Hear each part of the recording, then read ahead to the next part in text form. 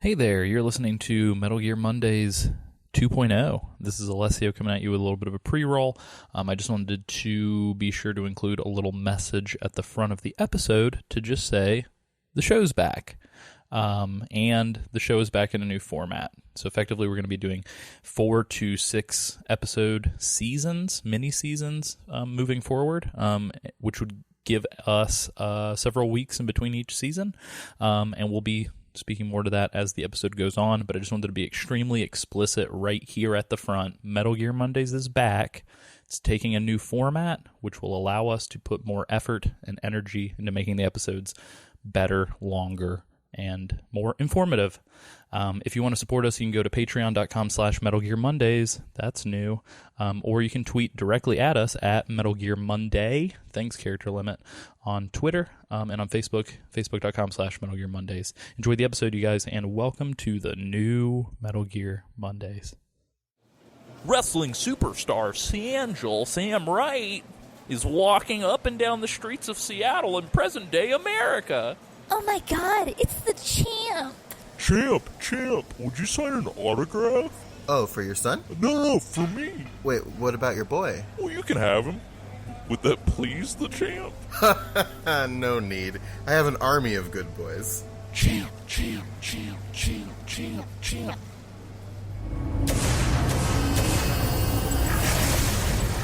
Wait, what's that? They're in the sky. What's that? I hope it's aliens so I can watch you suplex their leader. Yeah, champ, go get him! Whoa! We join auteur filmmaker Alessio Summerfield inside the studio, also in present-day America. And that's a wrap. Great work, team. Oh, this is definitely going to be another Oscar contender. I don't have time to build another shelf to house more Oscars. I hope they give it to someone else. You know, someone who needs it, like that Leonardo DiCaprio boy. Wait, but he's in the film, so you'll still be associated. Oh, is he? Well, damn, I couldn't tell. Was it the scene with Pitt, De Niro, Pacino, Hawk, DJ Khaled, Wareheim, Reichmuth, Wiseau, and William Shatner? Extra number 3, yes. Oh, he has not aged well. Poor guy. Somebody should probably tell his agent. Oh my god, the effects team really has stepped up their game since the last film. That's not our guys. We cut them a few hours ago. Oh no! And now our two boys are trapped in an alternate dimension. Oh, did I land on something? Whoa, I'm sorry. Wait, Alessio? Sam? Where the hell are we? I have no idea. How have you been, though? I feel like I haven't seen you in ages since, we shut down that podcast we were doing. Oh, yeah, that. Well, I've been good. I hit it big when I took over Microsoft in Seattle, and then I won every wrestling tournament in the world and got on the New York Times bestseller list 3 years running. Oh, that's right. I absolutely loved your novelization of Stevie G's Babylon. What have you been up to? Same old, just movie stuff, I guess. Oh, man. Gargantuan, the story of Inflatable Boy. That was stellar, man. It made me cry. It hit my soul. Thanks. It was really cool getting the rights to the Stay Puft Marshmallow Man from Ghostbusters. Who knew he had such a tragic backstory? Huh, what's this? It's a missing flyer. Have you seen Hideo Kojima? That's weird. I feel like I just finished that awesome Metal Gear 1 remake that they built in the Fox engine on my PS4 Elite Ultra Shock Professional Ultra Double Wide XX1 edition. Oh, wait, what's that? What's that noise? Oh my god, does he have a Jolly Rancher for a head? What is that? I don't know, but I think we should get out of here. Okay, Sam, let's go. Oh my god. Over there, in the distance. What's that? What is that? It's a good thing we found this abandoned Diamond Dogs base. Yeah, there's no reason for this to logically be here, but we had a pre-existing copy of the data lying around, so why not drop it in wherever, right? Yeah, totally. Hey, what's that? Oh, it looks like, podcasting gear. Sam, you think we got one more episode left in us? Looks like the gates of hell are right at our front door. Well, There's nothing more that I would want to be doing right now than recording a podcast. So let's do it. I hope no one asks where Isaac's at. Here we go.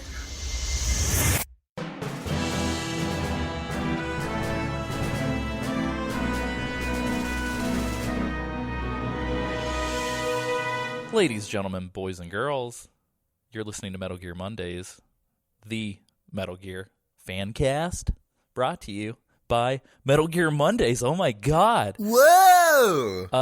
Yeah, and we're back. So this is your chronological sort of top to bottom, left to right in some sort of order Metal Gear podcast featuring me, Alessio, and our boy Sam. Sam, what's your name? Sam? Yo, this game sucks. So me and Sam are going to be covering Metal Gear Survive on episode 65 of Metal Gear 65 Mondays. to survive. Yeah, and shout out to all the haters out there. This isn't a one-off episode. It is with The haters. yeah, the hater. It is the David hater? it is with great pleasure that Sam and myself introduce Metal Gear Mondays 2.0. Yeah. 2.0, doing the damn thing. We have to have a subtitle. Oh, yeah, for sure. It's Metal Gear Mondays 2.0, doing the damn thing, tactical podcastable action. Beers up, gears up, 10 cup, teams up, suckers walk. Exactly. But yeah, so just to kind of dive in real quick on what the fuck that means for people. So we are bringing the show back, but we are going to be bringing it back into sort of like 4 to 6 episode seasons. And we are going to be covering sort of a variety of things within like a lump for that season. It'll allow us the flexibility to record that whole season at once before putting it out. And it will make the episodes better because we get to make the editing better, and take our time and make it good. So for those of you who have no clue what the hell that means that this episode is me and Sam talking about Survive. Next week's episode for you guys is going to be Metal Gear Rising Revengeance with me, Sam, Isaac, and new boy James Reichmuth, a.k.a. Jimmy the Stinger. Jimmy the Stinger. He was on one episode back during Metal Gear Mondays 1.0, did the damn thing. That was a subtitle. That was the subtitle for the first 1.0, and then for he's sure doing the damn thing for 2.0. But he was on that one episode where you tried to explain Metal Gear to him. Correct. So yeah, So the Metal Gear Mondays David Hayter edition, and now we're in Metal Gear Mondays Kiefer Sutherland edition. Oh no! Oh, harsh. I sent you a text a couple days ago, which was a time hop notification from 5 years ago where I posted on Facebook that said they're making a new Metal Gear and David Hayter's not going to be the voice of Snake. I feel like I need to have words with somebody. So it was around 5 years ago they announced that David Hayter was not going to be returning as Snake. And apparently my 21-year-old self was very upset about that. That's insane. I didn't realize it was that long ago. But yeah, so after the Metal Gear Rising episode, we're going to be doing an episode with Sam and myself talking about, well, actually all of us again. Yeah, sorry. The 4 boys talking about all of the Metal Gear mobile games that we're just going to get them all in one big batch. And then after that, we're having a fun time. We're all going to be bringing our own Metal Gear fan fiction to the table. And sharing Metal Gear fan fiction and talking about fan fiction in general. But that's this season. However, towards the end of June, we will be recording the next season, and that season will be Peace Walker. So we're going to be doing 5 episodes on Peace Walker. We'll make some announcements as to when listener responses are due for that kind of stuff. But this will give you guys more time to write in. It'll give us more time to make the show better. Hey, can I tell you what I've really been up with? A beautiful skit at the top of the episode. But I want to tell you what I've been really up to in the last year or so. You're not an intergalactic wrestling star? Not yet. I'm mostly just a galactic wrestling star. This current galaxy, but I'm branching out. I want to play a game of 2 truths and a lie with you to let you know. Okay. What I've been up to. So I'm going to tell you 3 things, and you have to guess which one's the lie. Okay. And it starts with in the time that between the last episode we recorded and this episode, I've gotten 6 tattoos. I've been obsessed for some reason with lemonade. and also The Beyonce record. But both the Beyonce, I drink lemonade while listening to Okay. lemonade. Perfect. Yeah. And then also I have invested in beard oil, and it's been the best decision I've ever made in my life. I'm gonna go with the tattoos and the lemonade because I can't remember if you have enough hair on your face for beard oil or not. I do have enough hair on my face for Oh, beard oil. I tricked you. All three of them are true. Ah, damn it. Well, that's great. I love all of those. I love all three of those things. Thank you. Would you like to play, or do you want to get into it? I'm trying to think of what I can. Let me pull something out of my butt real quick. Yeah, I don't know if I've got anything that's not the same old shit. I too got a tattoo a couple days ago. I got a big old 23 tattooed on my left shoulder. Nice. I'll let you guys pontificate as to what that's there for. So the Jim Carrey film, the number 23. Absolutely, that and the Adele record, I believe, and David Beckham's jersey number. So I love how she names her records after how old she is when she recorded the record. For sure, yeah, it's awesome. So one other thing that I want to bring to the table with Metal Gear Mondays 2.0, we're doing the damn thing. Kiefer Sutherland, Kojima is dead. There is no God edition. Is I'm gonna start kind of putting some like 10-minute news little bulletins at the beginning of every episode. So we're gonna talk about some current affairs, Metal Gear shiz. Current affairs. So here we go with this week's Kodak call. I don't fucking know what we're gonna call this. But yeah, so here we go. Cue it here. It's time for new news. Metal Gear news. Yeah. Just, a little. Mwah, mwah.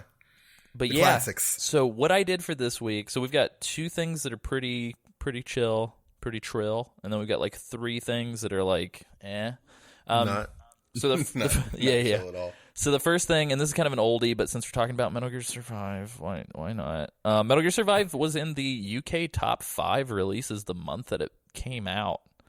That's buck wild to me because this game is not. That sounds like worth some that. buyer's remorse, right? Like I'm sure Yeah. everybody who bought it has got to feel kind of a way about it, right? Yeah, I would think so. Like, I don't think that most of the people who bought this game, including I imagine us, really feel too happy about the fact they spent $40 on it. But there's got to be like a contingent of people out there that maintain that this game is the greatest thing ever. For sure, and we'll talk more about that here in a second. Yeah. It looks like a few freelance artists just recently listed that they have gotten jobs at Sony Pictures and specifically to work on the Metal Gear Solid film. So it sounds like it's still happening. I don't know if... So knowing what I know about the film world, I'm assuming what happened was that the intellectual property got optioned to Sony Pictures, and so Sony Pictures is carrying the torch forward. I'm assuming that Konami is, depending on the contract details of the option, Konami may not even get final say on anything, depending, again. At this stage, that might be good. Yeah. So essentially what I wanted to say to all of our listeners out there is from my very shallow knowledge into the legality and workflow of purchasing intellectual property and making films out of it, I think we might be in the clear. Like, this might be just like all Sony, and then the guy who directed Kong Island or whatever the fuck, or Kong Skull Island or whatever, it might just be on their shoulders now. So we might actually be in pretty good hands. Who knows? Cool. Besides that, we shall see. Didn't Sony Pictures also make Amazing Spider-Man 2? Yeah. So, well, technically, Sony Pictures was co-involved with what's it called? Spider-Man Homecoming. Yeah, but I guess they probably just like licensed it out though. I don't. Who knows? Yeah, I'd give Homecoming to Marvel more than I would. So. Yeah. Well, and that's the shitty part too. Is like Sony Classics, like the publishing wing that just like publishes productions. I guess. They publish some fantastic films. So I don't know why Sony Pictures can't get their shit together, but we will see. The other news items are kind of real quick. Kind of, I literally just typed in Metal Gear and said, show me the last 3 weeks or last month in Google. And so just to kind of give you guys a feel for things, people are still lamenting the fact that Metal Gear Solid 5 feels like an unfinished game.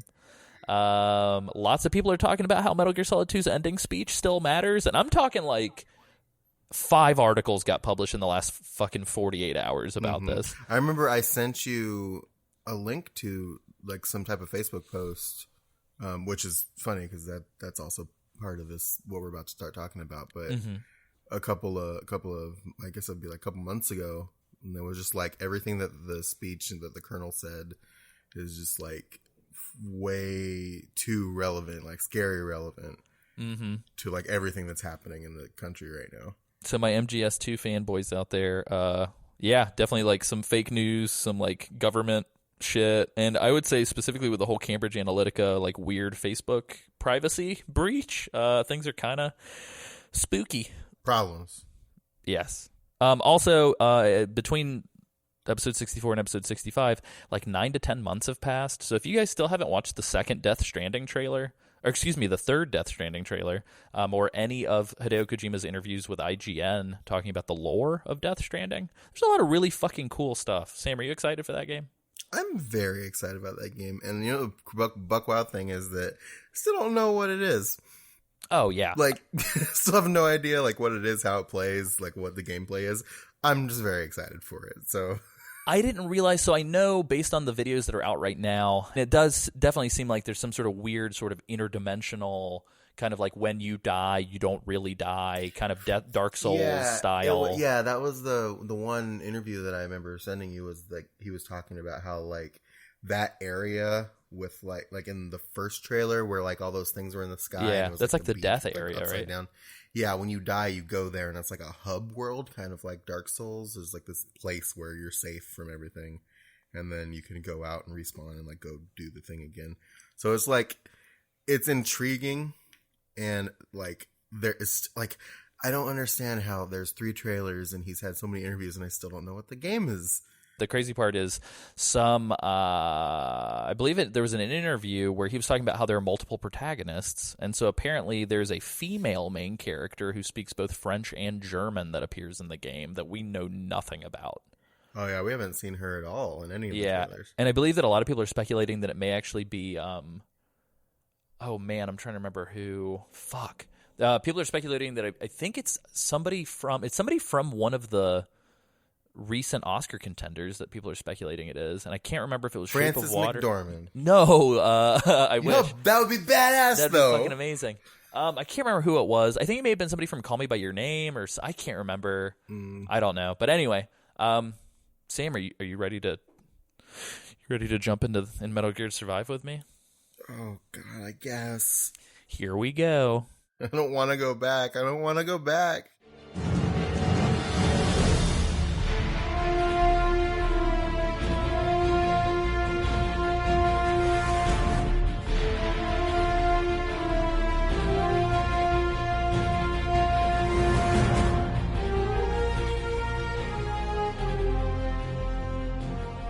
So, Metal Gear Survive is an action-adventure survival game that was released on the PlayStation 4, Windows PC, and Xbox One on February the 20th in the United States of 2018, as well as the 21st and 22nd in Japan and Europe, respectively. It was developed and published by Konami Digital Entertainment, and most notably, and I'm sure we will talk about this a lot today, is the first Metal Gear game developed since Hideo Kojima left Konami. Yeah. There's a big stink around this game. Sam, I think we should probably talk a little bit about the lead up to the game existing. So, and I know we've talked about it a little bit on Facebook. I know we've even talked about it a little bit even on the podcast before we stopped recording. So that means they definitely revealed it less than a year, a little bit around a year ago, I want to say. Yeah. I want to, before we start talking about that, I want to apologize because we have talked about it a little bit on the Facebook group, and I went on there and I was just like, hey, it's actually good. It's not. Yeah, we can. Let's talk about pre-release reactions. Yes. Let's talk about beta, and let's talk about initial reactions to the main game, because I almost feel like there are 4 phases, almost like the stages of grief. I feel like that there are 4 phases, and I believe that I went through 4 different changes in my feelings. Okay, because I went through one, and I think that'll be fun to contrast. Very nice. So pre-release, essentially we were given some trailers that primarily seemed to show off and this was sort of a problem with the marketing, in my opinion, primarily seemed to just show off the 4-person co-op experience, and primarily depicted what is roughly 90% of this game, which is chain link fences and stabbing things with poles. We saw that there were 4 characters. We saw that there were sort of like custom characters, kind of build your own equipment, gear. We saw them clearly in what appeared to be the Afghanistan map from Metal Gear Solid 5, but with sort of like a coat of post-apocalypse paint over it. And we just saw some dusty boys collecting some dusty things from some dusty zombies. That's pretty much what we saw. Dusty Jolly Rancher zombies. Yeah, so my initial response whenever I saw it was like, oh, cool, is this going to be free DLC for Metal Gear Solid 5? No. Yep. What did you think when you first saw the trailers, Sam? I don't know what I thought. I think I remember watching the trailer and being like, this looks trash. I was not happy about it. Yeah, initially. and to be honest, I feel like 99% of the internet felt the same way. It was very much so like, I think it was like part of the people that I follow on Twitter and stuff like that, I think like a chunk of them were like, let's be cautiously optimistic. Maybe Konami can kind of do something interesting without Kojima present. Who knows? We're not holding our breath, but maybe. And then I think majority were screaming. I remember us talking about it, and I remember talking about how like it looked so bad, and then you asked me, I think, you gonna get it? And I was like, yeah. Just begrudgingly. Yeah, so here's the deal. I didn't think I was gonna buy this game. And so that phase 1 of 4, I was like, not my cup of tea. I'm not a multiplayer guy. I don't really care. And between phase 1 and phase 2 for me, I started playing like Overwatch and Monster Hunter and PUBG and Street Fighter again. And so like somehow between phase 1 and phase 2, between pre-release and beta, I somehow got to the point where I was pretty much only playing multiplayer games. And I think it's just because I was only free for like an hour or 2 at a time. So it made sense. Yeah, and so it was like, well, I don't want to dive into anything too hefty. And so within, I guess, before you and I checked out the beta, I was kind of like, huh. PUBG gets hefty if you're not careful. No, that's totally true. But yeah, so how did you, because I know, so there were 2 betas. For anybody who's been sort of keeping up with this game, there were 2 beta periods. There was one beta, I'd say roughly about 4 months before release, and then there was one beta probably like the weekend before. Like the weekend before it came out. And so Sam and I both, I think I logged into that first beta and fucked around in the lobby, and then was like, I don't know about this. Which I like. So the second beta had the new lobby where like you walked around and had like target practice stuff. For sure. And legitimately, I'll give this game this. Legitimately, I think the multiplayer lobby of Metal Gear Survive is probably one of the coolest lobbies I've ever. It's super cool. And just to kind of paint the picture for you guys, it's the current co-op lobby for the game as well. The second beta was the like current build, I guess, of the lobby. And for those of you who don't ever want to play this game before or play this game ever, and I'm hoping that's a majority of people. For those of you who don't want to play this game, this episode I kind of want to build it as like a service for you guys, so like you can listen to this episode and never have to play the game. And so to describe the lobby that Sam's talking about, essentially it's kind of like Metal Gear Solid 3 Subsistence. When you're in those like weird like cutscene choosing rooms and stuff from like the original PS2. It's like a big white space. It's like a VR mission, kind of. Yeah, and like in the background, on like just kind of hovering like super tall in the background of this white space is the cards, like the Like the the pause equipment menu. cards. Yeah. Yeah, of like the the iDroid. people. Yeah, of the people that are in the lobby. So it'll show like the person's current level, and like what equipment they're using and stuff like that. And then there's 4 spaces for everybody that can be in the lobby. So you can just like turn your camera and look up at like who's in A the giant lobby. fucking stat card, essentially. Yeah, like, let me look at your pretty baseball much. card. Yeah, it's just always there. Yeah. It also shows like the map that you're about to go to in like a huge. Off to like the left. Yeah. Essentially, like you're kind of in. It looks like a circle, but really it's kind of like a 4-walled giant room, and each wall kind of shows different parts of what your pause menu would show in the single player. But there's also like you can press a button and queue up a bunch of target practice dummies that kind of spawn from the floor and stuff like that. And everything, like when you're in this space, all your ammo and like equipment and stuff is unlimited, so you can like play around as much as you want to with like equipment and traps and things like that. Which feels so great. And so when that's not the case, it hurts. And so let's talk a little bit about the beta, Sam, because I think the beta got both of us really excited for this game. Yes. In a way that I didn't. In a way that like you kind of go into a bad movie with your expectations like under the ground, and then like you walk out and you're like, holy shit! Like that was a C+, but like it wasn't the dumpster. C+. Yeah, it wasn't the dumpster fire I thought it was gonna be. Yeah. It was and this translates into the actual release as well. The multiplayer, I think, is the star of the package.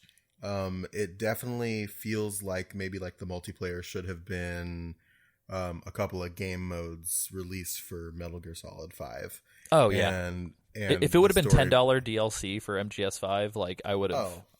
This would have been like an A+ recommendation. Like definitely go pick this up. But yeah, the multiplayer is really fun once you like kind of get the hang of like what's happening.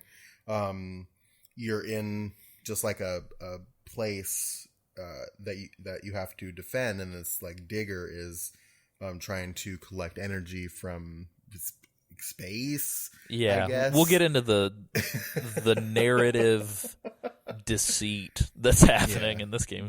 Yeah, for sure. And while that's happening, you can look on the map, and a bunch of lanes are moving towards your base. And there are portals that are the end of the lanes, and these like creatures, the zombies, will fall out of the portals, and you have to defend your base and your digger from being destroyed and attacked. And so you're building up traps and walls, and you're going around and killing everything. And there are like side missions too, which is weird. Like there are side missions scattered throughout the map. So if you have a full party, maybe one of you can like go off and like you find the side missions and collect extra energy and like do cool stuff. And they're like walker gears hidden around the map someplace. Sometimes it's very interesting. It's hearing you describe it the way that you just did, Sam, it didn't dawn on me until just now that like it actually has a lot of similarities, not just with base defense, but like Dota and like League of Legends. Yes, with the lanes and everything. Yeah, because there's lanes, there's like what are they called? Not minions, whatever. There's lanes, there's creatures, and then those side missions are a lot like people who like jungle in like MOBAs. Yes. Yeah. And so it's almost just like it's Fox Engine zombie MOBA crafting game. And with 4 people, even if you're not really on voice chat, it's still fun. Like me and Sam voice chatted with ourselves, but we had like random people that we played with a little bit as well. And it was fun. You're throwing up fences. You're building little blockades. You're throwing grenades. I would go so far as to say that this game is at its peak when you're having to use every single item you have and things are feeling hairy and like you're not going to make it, and then you do. Yeah. And we can and the here's what sucks about that though in the main release, 'cause we didn't know this was going to be like this in the beta, and we'll talk about this.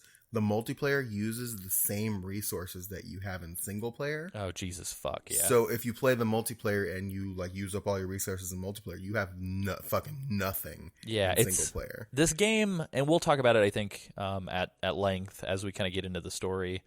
This game is definitely a rich get richer, poor get poorer kind of situation where like you're expending resources to do basic things, and yet you're having to do so much of the same basic things that if you're not taking time to grind out and harvest and do all this ammo conservation and essentially never get to use any of your shiny toys, you're just getting poorer and poorer.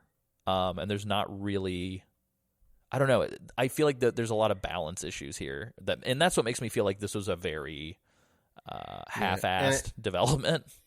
And it jumps into like that realm because this has been like a big talking point this last year for gaming, like with Star Wars and all these other things that are coming out, is that this is a microtransaction game. And yeah, and I will say this, just for the purpose of this podcast, we actually did not utilize any of those microtransactions. No, I did not. Yeah, so and there were a couple times throughout the course of owning the game and today where servers would go down, and so the development team would just gift people, like, I think it's SV coins is what they're called. And so I've amassed a bunch of them, but really you can only use them to either buy resource containers, which are essentially just like fucking loot boxes for random loot boxes and stuff, for craftable stuff. And you can buy like premium ticket boost passes. That allow you to collect more Kuban energy from like killing like wanderers and stuff like that. Yeah, and Kuban energy and we'll go into it, but Kuban energy is essentially just like the money that you use to make stuff on top of the resources that you need. Mm-hmm. So I don't know. But yeah, so needless to say, there was no thirst or hunger meter in the beta. Holy shit, it was so much fun. It was, no. The oxygen meter was there, but the hunger and thirst wasn't. But Correct. The oxygen never went down. Yeah. So it was great. Like without those meters, I really enjoyed the game. Mm-hmm.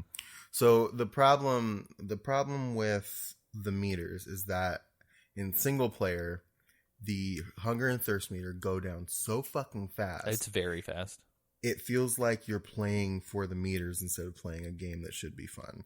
Yeah, and we can talk about like when that eventually becomes less of a problem, but I still feel like even end game meter consumption is still like 0.50%, or I guess times higher than it should be. Mm-hmm. And then like when you go in the single player, there's this place called, you go into this like dust cloud, and you have to have an oxygen mask for that. And I counted. The oxygen goes down 1% every 6 seconds. That's insane. So, I had no idea it was that. Yeah, and it drains super fast. And in order to fill it back up, you have to spend Kuban energy. But there's like this diminishing return. So the more time you refill with Kuban energy, the less percentage you get back of your oxygen tank. Also, it breaks the tank, which you then have to like repair. Yes, yeah, you have to repair the tank later, and you wind up wasting your Kuban energy because you're in the middle of like this defending this transporter, or in the middle of this like at the bottom of this ruin that you can't like get out fast, so you have to spend the Kuban energy. But it's just it's such a bad system for sure.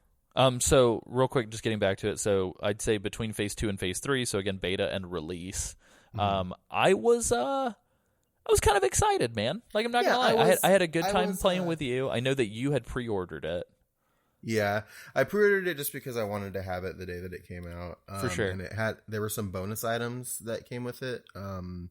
There was like there were like a couple golden weapons and like some other stuff. Some real dumb Metal Gear heads. It was like you get like a baby Metal Gear Ray for a head. It was like, what the hell is going on? Which I wore for a little bit, and then I was like, this is stupid. I'm taking this off. Yeah, the box head was kind of fun. Yeah, and now I have an eye patch on. So for sure. But yeah, so we went into multiplayer. When me and Alessio played multiplayer last time, we went in and our characters looked virtually identical, aside from like the color of our scarves. For sure. Which by the time I beat the game, I think, and I know I keep saying we'll get to it. By the time I beat the game, I felt as if I looked pretty different, and I felt as if the game had actually finally opened up in a way that it was like, here's the real game. And it's like, yeah, but I just had to play 30 fucking hours of garbage fetch quests. How dare you? Mm-hmm. But anyway, so yeah, between beta and release, Sam and I had a really good time. I knew Sam had pre-ordered it. I was trying to talk Isaac into playing it with us, but he wasn't taking the bait. Yeah, that's probably good for Isaac. Yeah. He's listen, Isaac is a sweet, good boy, and he's not a sucker. Yeah. So he's got that going for him. And essentially, I was just kind of like Sam, I was like, man, like I keep hearing, and I think we need to talk about this because I don't think we've talked about it. I kept hearing and reading that there was a cutscene single-player story mode. And I was like, okay, so here's the deal. I enjoyed playing with Sam, but I also want to see what the hell this story is going to be. Like, what are they going to do? And so for me, I was like, and keep in mind as well, this is sort of a budget title, so it's not the full $60. It's $40. It's not really budget. Typically like $30. I guess $39.99 is typical budget, but These days, yeah. it's $40. You get one character slot. If you want to create other characters, you legitimately have to pay $10, which is stupid.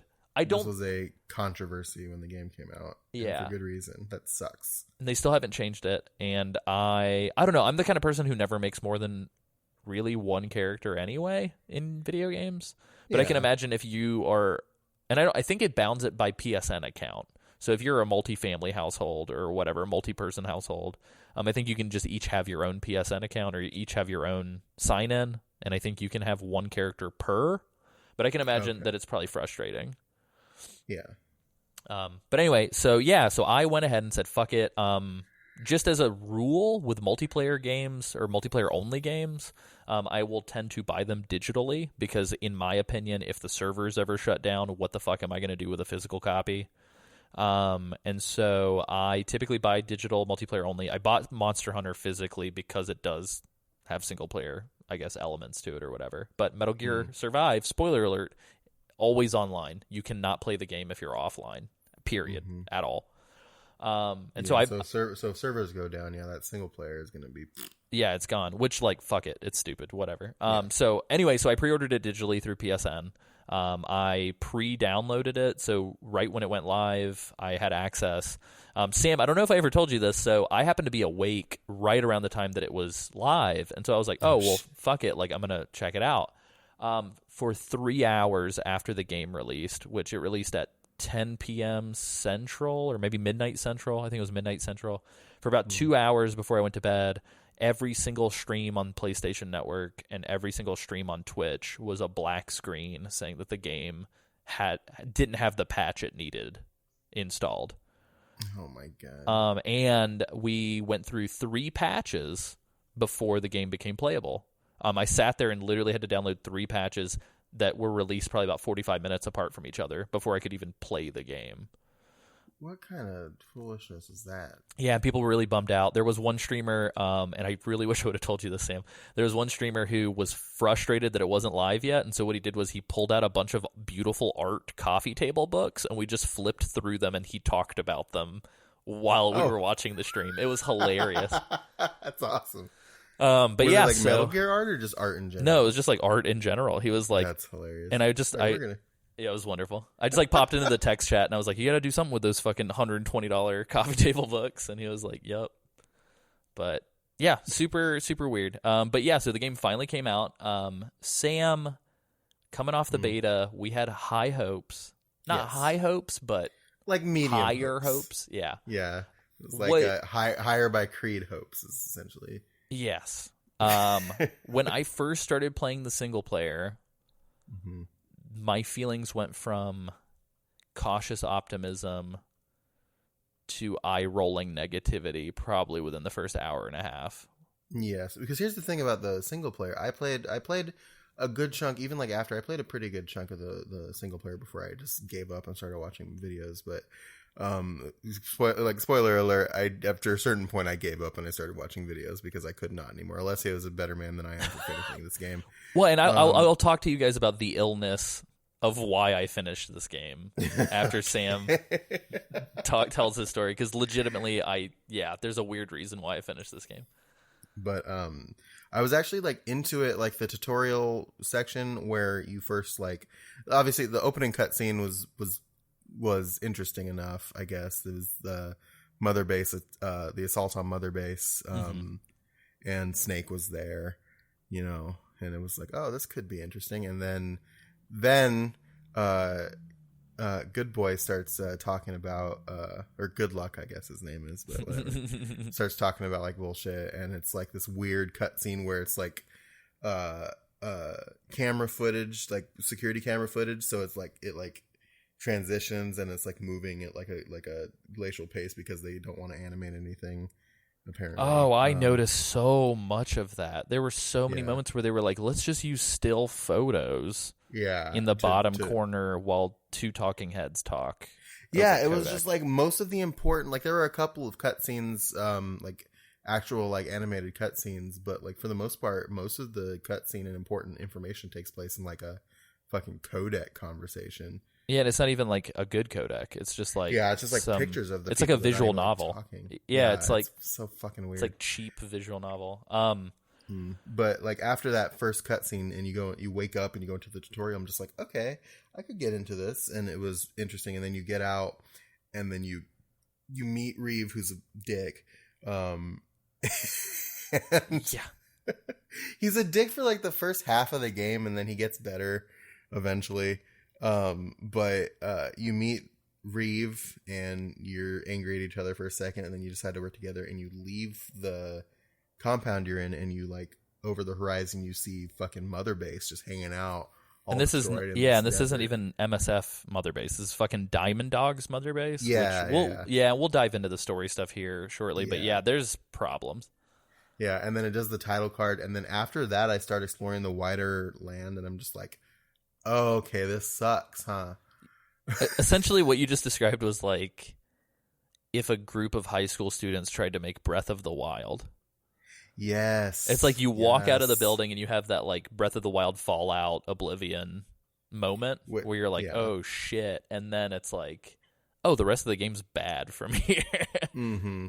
Because it's just like, I remember, like, I will say Fallout 3, the moment that you walk out of the vault and you see the greater wasteland, you're like, your eyes adjust, you see the greater wasteland. I think that is my like number one. I wish I could go back in time and relive that for the first time again, because it was breathtaking to me. And a lot of games have done that. Some to not a great effect, some to a very good effect. Like Zelda did it very, very well. But this game does it, and you're just like, I'm about to walk into some bullshit, huh? Yeah. Like I almost just want like the logo to pop up and then have like a voiceover line of somebody being like, "Nah, dog, I'm gonna have to say nah to that," and just like walk away. Anyway, so cool. Let's truck through some the sort of other general junk real quick before we get into the main story stuff. So we'll talk about this as we get to the end of the episode, but I think it is extremely unclear. The game was marketed as a spin-off, but the way that the plot handles it, it's almost as if the game is trying to be in canon. So it's trying to be in canon while also distancing itself. The way that I framed this to Sam on the phone before we hopped on for the podcast recording was, this game feels like the development team is a group of like children that found dad's gun and they're just playing with it. Because like no other than the initial cutscene and the decoy item, which is just 100% lifted from MGS5, there is no mention. There is no mention. There is no look. There is no nothing of Big Boss or Solid Snake or MSF. Like the characters do not acknowledge MSF. They do not acknowledge that there's a Diamond Dogs base that they don't recognize. They don't acknowledge a single fucking thing about Metal Gear at all. Yeah, it's so strange because like I said earlier, like in the opening cutscene, they're showing that assault on Mother Base, and Snake is in the cutscene for sure. And then after that happens, they just pretend that like the rest of Metal Gear doesn't exist. And presumably, you're dealing with MSF people in parts of this game, so I don't know why none of them are even saying offhandedly like, "I wish Big Boss were here," or like, "Where's our team?" or you know what I mean? Or like Vic Boss or whatever, the dumb shit that they would say all the time in the other games. So anyway, so there's that. We'll talk about timeline stuff as we get closer to the end. As we had already mentioned, there's a hunger, thirst, and oxygen system. You don't actually unlock the oxygen thing until a couple chapters into the game, but hunger and thirst kick in immediately, and it is so excruciating right off the bat that if you were not fucking eating and drinking every 20 minutes, you're just going to die. Yeah, it's like no it gets human better being's body is that way. No, is that way. I'm just like, this is not how hunger and thirst works. Like, I get like you have to gamify like elements like that if you're going to include a meter like that, but like there's ways to do it that don't make it suck. Yeah, and I get it. We're in this like alternate dimension, like air quotes, desert hellscape, and so it's like, well, yeah, maybe the elements are harsh on my body, but anyway, essentially, I literally in my notes I put, it says resource management. There's a category for resource management, and the first bullet is suck with like 8 C's. It's just like SUCCCCC and no K. Yeah, it's pretty rough. I think besides all of that, the other thing that I wanted to mention very, very quickly is there are 2 things. So there is a class and a skill system in the game. So you can level up your character. So there are some like light RPG elements. The problem is that everyone is the same class until they hit level 35. And apparently there's subclasses. Yeah, and then there are 4 subclasses. However, I beat the game. Didn't hit any of them. Yeah, I beat the game, and when I finished the game, I was level 33, and I never once saw a fucking subclass. However, in the beta, everybody I think was baseline level 20, and there were subclasses because it had you pick when you started. Mm-hmm. So yeah, very weird stuff. Besides that, we definitely mentioned the way that side quests kind of articulate. That's both in the... So if you can imagine the way that we described the co-op, the single player is roughly the same thing, but on a larger map. Mm-hmm. And I think other than that, there are these... the one thing I did want to mention in generalities is there are essentially these containers that you will come across randomly in the world that are effectively just treasure chests. However, there's this dumbass unlocking mini game where effectively you have to lock pick it for like 5 seconds to get into the thing to begin with. So if you mash the X button, this is on PlayStation, but if you mash the Xbox button while you're doing that, it goes faster. Oh, I did not know that. Yeah.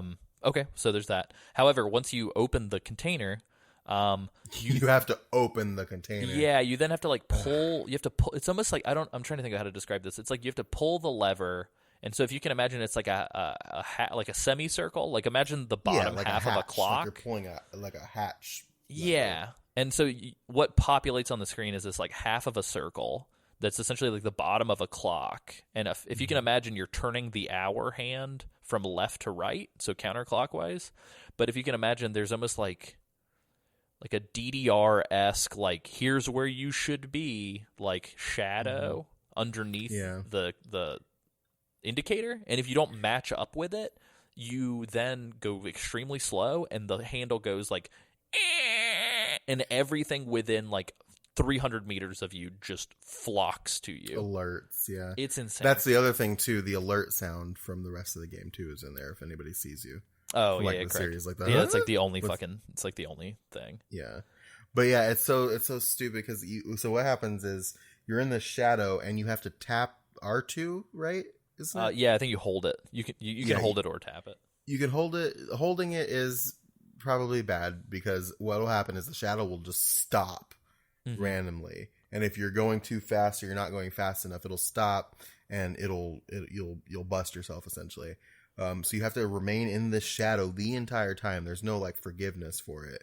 And you get to the end and then you have to get it all the way to the right to 100%.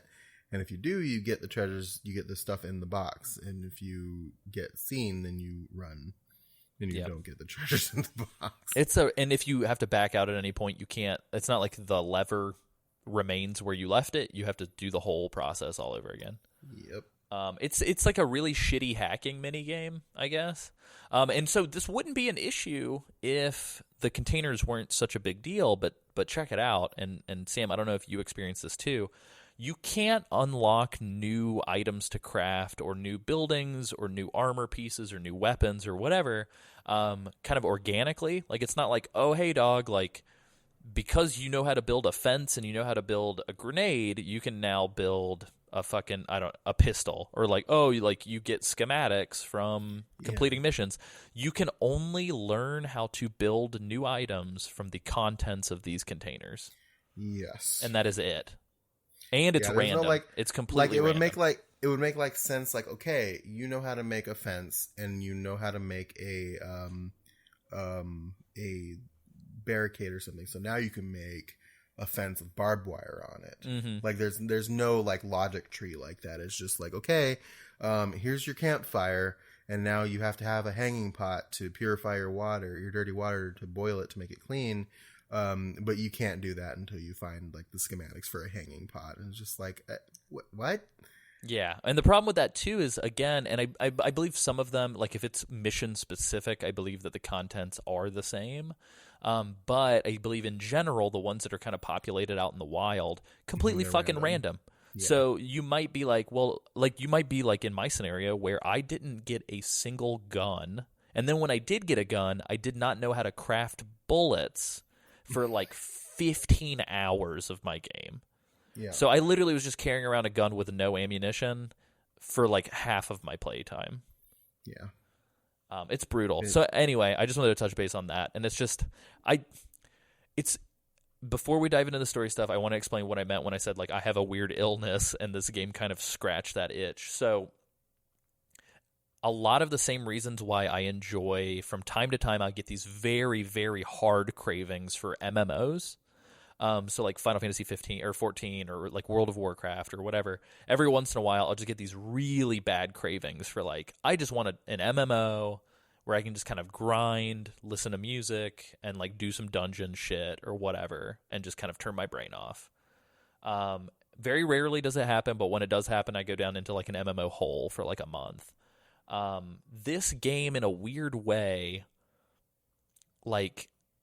it was almost like, oh, it scratched the same sort of like grind, unlockable pacing drip that I kind of crave sometimes from MMOs, but it had like the control system and everything of Metal Gear Solid 5. So for me, for some reason, this game, and again, guys, keep in mind, this is a game to be completely honest, this is a game I uninstalled from my PlayStation 4 times before I finished it. However, this game is also a game where, like, at the end of the day, whenever I was exhausted, I could put on some headphones and literally play for 2 or 3 hours before bed and kind of feel like I had kind of chipped away at the mountain of the task at hand. Do you know what I mean? Like, yeah, you unlock like 2 or 3 new weapons. You unlock like 2 or 3 new pieces of armor. You expand your map just a little bit. You add a couple little new things to your base. Like, it kind of scratched the itch that like Peace Walker or the base building in 5 had. But like, and then halfway through they say fuck you and put you in a new map. Oh yeah, and so that's the thing is like I just kept having these moments where I was like, man, I'm kind of getting into this. I kind of enjoy this. I don't know why. And then there are so many moments where it almost punishes me for liking the game. Mm-hmm. It's weird because it's like this game it's always so close to being so enjoyable, and I think that's what makes it so bad to me is that like you're so close, but then everything is just like 10 degrees off of good, and it just makes it worse. It's so weird. And it's almost like so the early game has something that I really enjoyed also about Breath of the Wild, which the early game has this sort of like, you're down to do anything to survive kind of. And I feel like the first 10 hours of Breath of the Wild are the best 10 hours of that game. Because you just go off and do whatever you want. Yeah, not only that, but you just like everything is the end of the world. Like, yes. It's that awesome tense feeling where it's like if anything sees me, I'm dead. I need to be creative and I need to use the shit around me. And that's how Survive starts out for the first few hours. But then like you realize that the game is intentionally withholding every fucking verb from you. And so you're just like, wait a minute, like why am I scrounging when if they just unlocked everything from the get-go, like I wouldn't be tense and I wouldn't be having to like grind right now. Yeah. And so it's just like the game does this really shitty job of like giving you the tools that you need early on. And again, like I said, like you finish the game and you go, oh shit, like I finally unlocked everything I can do. Mm-hmm. And so I don't know. But Anyway, Sam, was there anything else you wanted to throw into generality stuff before we dived into the story stuff?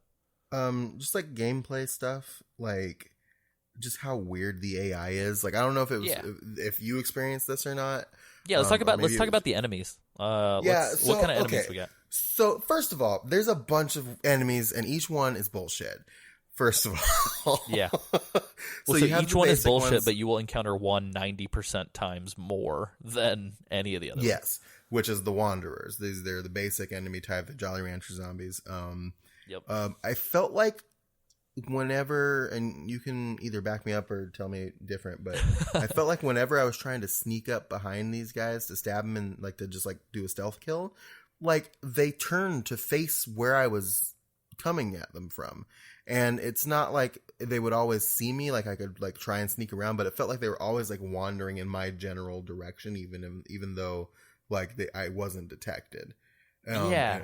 And it sucked. Were you standing and walking, or were you crouching? No, I was walking? crouching. Okay. When I would sneak up behind him, I would crouch, and it was just like, oh, okay, he's coming at me, so I have to go this way. Oh, he's coming at me again. What the fuck's going on? Spoiler alert for the listeners at home too. By the way, when you crouch walk, you drain stamina. Yeah, which is okay. Fucking get And out if of here you're with that. Yeah, and if you're in the dust, which we will get to once we dive into the story stuff, if you're in the dust, your stamina drains like triple speed.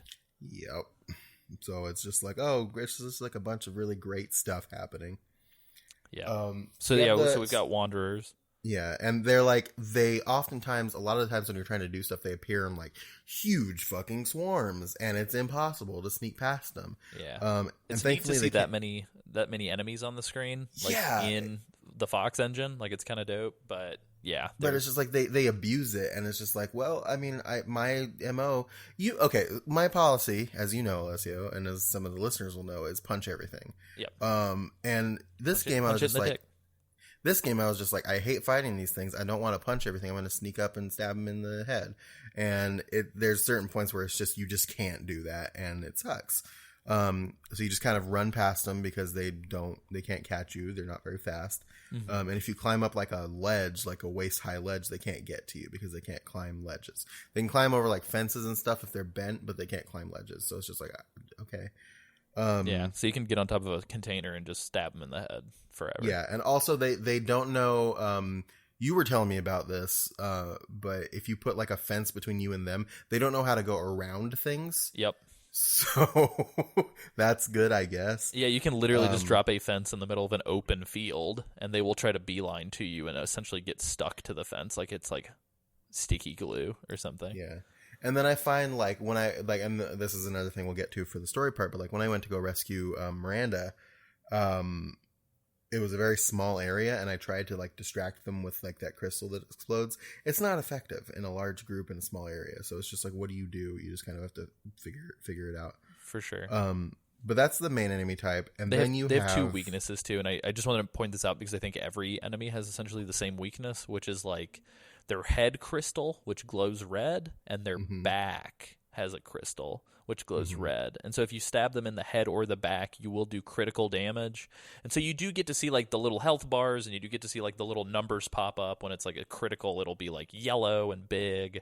And so there is like a little bit of like a crunchy kind of tasty factor where it's like, oh, I stabbed this guy in his weak spot. I get to hear like a cool sound and like see the number go up. And they'll flinch, but like the thing that I found the most infuriating about the Wanderers is if you use any fucking melee weapon of any type, they don't stagger. Like, it's not like Dark Souls where you're like, okay, I know that if I lunge with an R2 attack with this broadsword, that this specific enemy is going to like flinch and like kind of take a step back. With these fucking guys, keep coming. Yeah, and it doesn't even break their animation. So like, if they stop coming and they don't stop coming. If they're mid swing and you're swinging at them with like a huge weapon, unless it's like a sledgehammer and you're doing like some crazy super move, they'll continue to swing at you. Yeah. So 9 times out of 10, I guess because Fox Engine just wasn't fucking built for melee, that wasn't CQC. They have you'll just get swarmed, and you're fucked. They have an ability you can unlock where, like, if they grab you, you can like judo throw them to the ground or something like that. For sure, but that still doesn't change that like you're swinging a knife and they're gonna hit you no matter what. Yeah, it blows. That does suck a lot, and it's weird because like you can hit them directly in the head when they're coming at you and it won't necessarily kill them, but then like if you catch them when they're on the ground it'll kill them, and it's just like the rules for what does what kind of damage is super all over the place. And it's funny you mentioned Dark Souls, because I put this in my notes too. After you unlock a couple abilities, like there's like a dodge jump move that you can do. It feels like somebody wanted to make Dark Souls but couldn't really figure it all the way out. So yeah, because that's kind of how the progression works too. It's almost like you find bonfires, and then the bonfires let you warp back to the main hub, and like I guess it really does feel like here's a big map with secrets and mysteries and creepy monsters. Go for it. So yeah, it does feel like baby's first Dark Souls. Yeah, for sure. And then like so that's that. So they have the Wanderers. Then they introduce a bunch of other like bullshit guys. The Bombers, which Bombers are fun. They're kind of fun. The Bombers are fun. They made them look like a big bag of Jiffy Pop. Yeah, that's fine. Somebody's making a little kettle corn on the stovetop. So you've got the Bombers. I think the next one they introduce is the Watcher, which is like the flying like wasp thing. Fuck them. I hate those things. Yeah, so essentially it's this like shitty little space robot bird that just has this like laser sticking out of its face. Yeah, and if the laser touches you, it sees you and it just shoots these dumbass little projectiles at you that just chip damage you to death that you can't do anything about. Yeah, so fuck them. Sign me the fuck out. They reminded me of you played Fallout New Vegas, right? Yeah, I love Fallout. The fucking Cazadors. Oh yeah. I think that's a very good way to frame that. Yeah, because if you get a bunch of those and you're not prepared for them, they'll just fucking wipe you out, and that's what it kind of felt like. And they're just very annoying. For sure. Yeah, I agree with that. And then we talked about this last night. You're like, I don't think I ever saw them again after this one ruin. But there's this one ruin where there are just like these weird like spider things, and this game betrayed me by doing that. Oh yeah, are you talking about the crawlers? Is that what they're called? Yeah, is that what they're? I think so. They were just like, I was climbing a ladder, and then it was just on a wall, and I was like, duh, and it scared the shit out of me. And there's like 100 bunch of them. Yeah, and they're in a room. Nah, it's like in a room in the basement of like a big building. And it's like, and it's like the only time you see them in the game. So I was like, okay, fuck this. Yeah, they're there, and there's one other spot. The reason why I know what you're talking about is towards the end of the game. In the second map, there was like a side mission for a container close to the actual like main base. And I walked over to it and I was like, oh, well, this is easy. There are no enemies. And then right as I was opening the container, like 50 of those things fell on me. God, I fucking hate things. And the shitty part is all of the enemies, except for the Wanderers, once they get to higher level, give you like garbage Cubone energy for defeating them. And so you're just sitting there. You have to do this shitty like Red Dead Redemption like skinning you have to skin animation. The animal and and even with the enemies, just to collect their fucking resources, you have to sit there and skin. They for make like a second. Easier later because you can like put the fucking Fulton extraction thing on them, and like you can extract more Cubone out of them. So they make it easier, and you don't have to do that. But it's just like, why is this a thing that I'm having to do right now? Yeah, it's like if I'm having to fight for my survival and fight back like 100 zombies, when it's all said and done, please don't make me have to sit there and press square on all 100 dead bodies. Because you have those fucking like you defend the transporters and stuff, and then at the end they kill everything, and it's just like, okay, well, those are great. I can go through and I can like skin everything, but this sucks. Yeah, and well, I could be spending the 10 minutes it would take me to do all this somewhere else. For sure. Well, during co-op and during mining defense. Oh, they just give it to you. Yeah, when you kill them, they just give you the point. So why couldn't they just have done that for the whole time? Yeah, it doesn't make any sense. After those crawler things, there's another enemy they introduced called the Mortar. Oh, which, those like, launches. I kind of like them. Rocks. Yeah, they're these big. So they're big wanderers. Essentially, they look like beefy boy wanderers, and they've got a big hand, otherwise known as the Nightmare Hand, from Soul Calibur. And what they do is their Nightmare Hand can shoot almost like Devil Daggers style. Like they can shoot machine gun bullets out of their fingers if you're close, but if you're not close, they just like launch essentially like a grenade. And it also damages their own people. So it's actually kind of neat if you're in like a big group of wanderers, and that then you hear like the thunk, and then it starts to beep beep beep beep beep. You can actually turn and run, and it'll just like kill everything for you. Yeah. But they will cover themselves with their big hand and take no damage if you're shooting at them or something.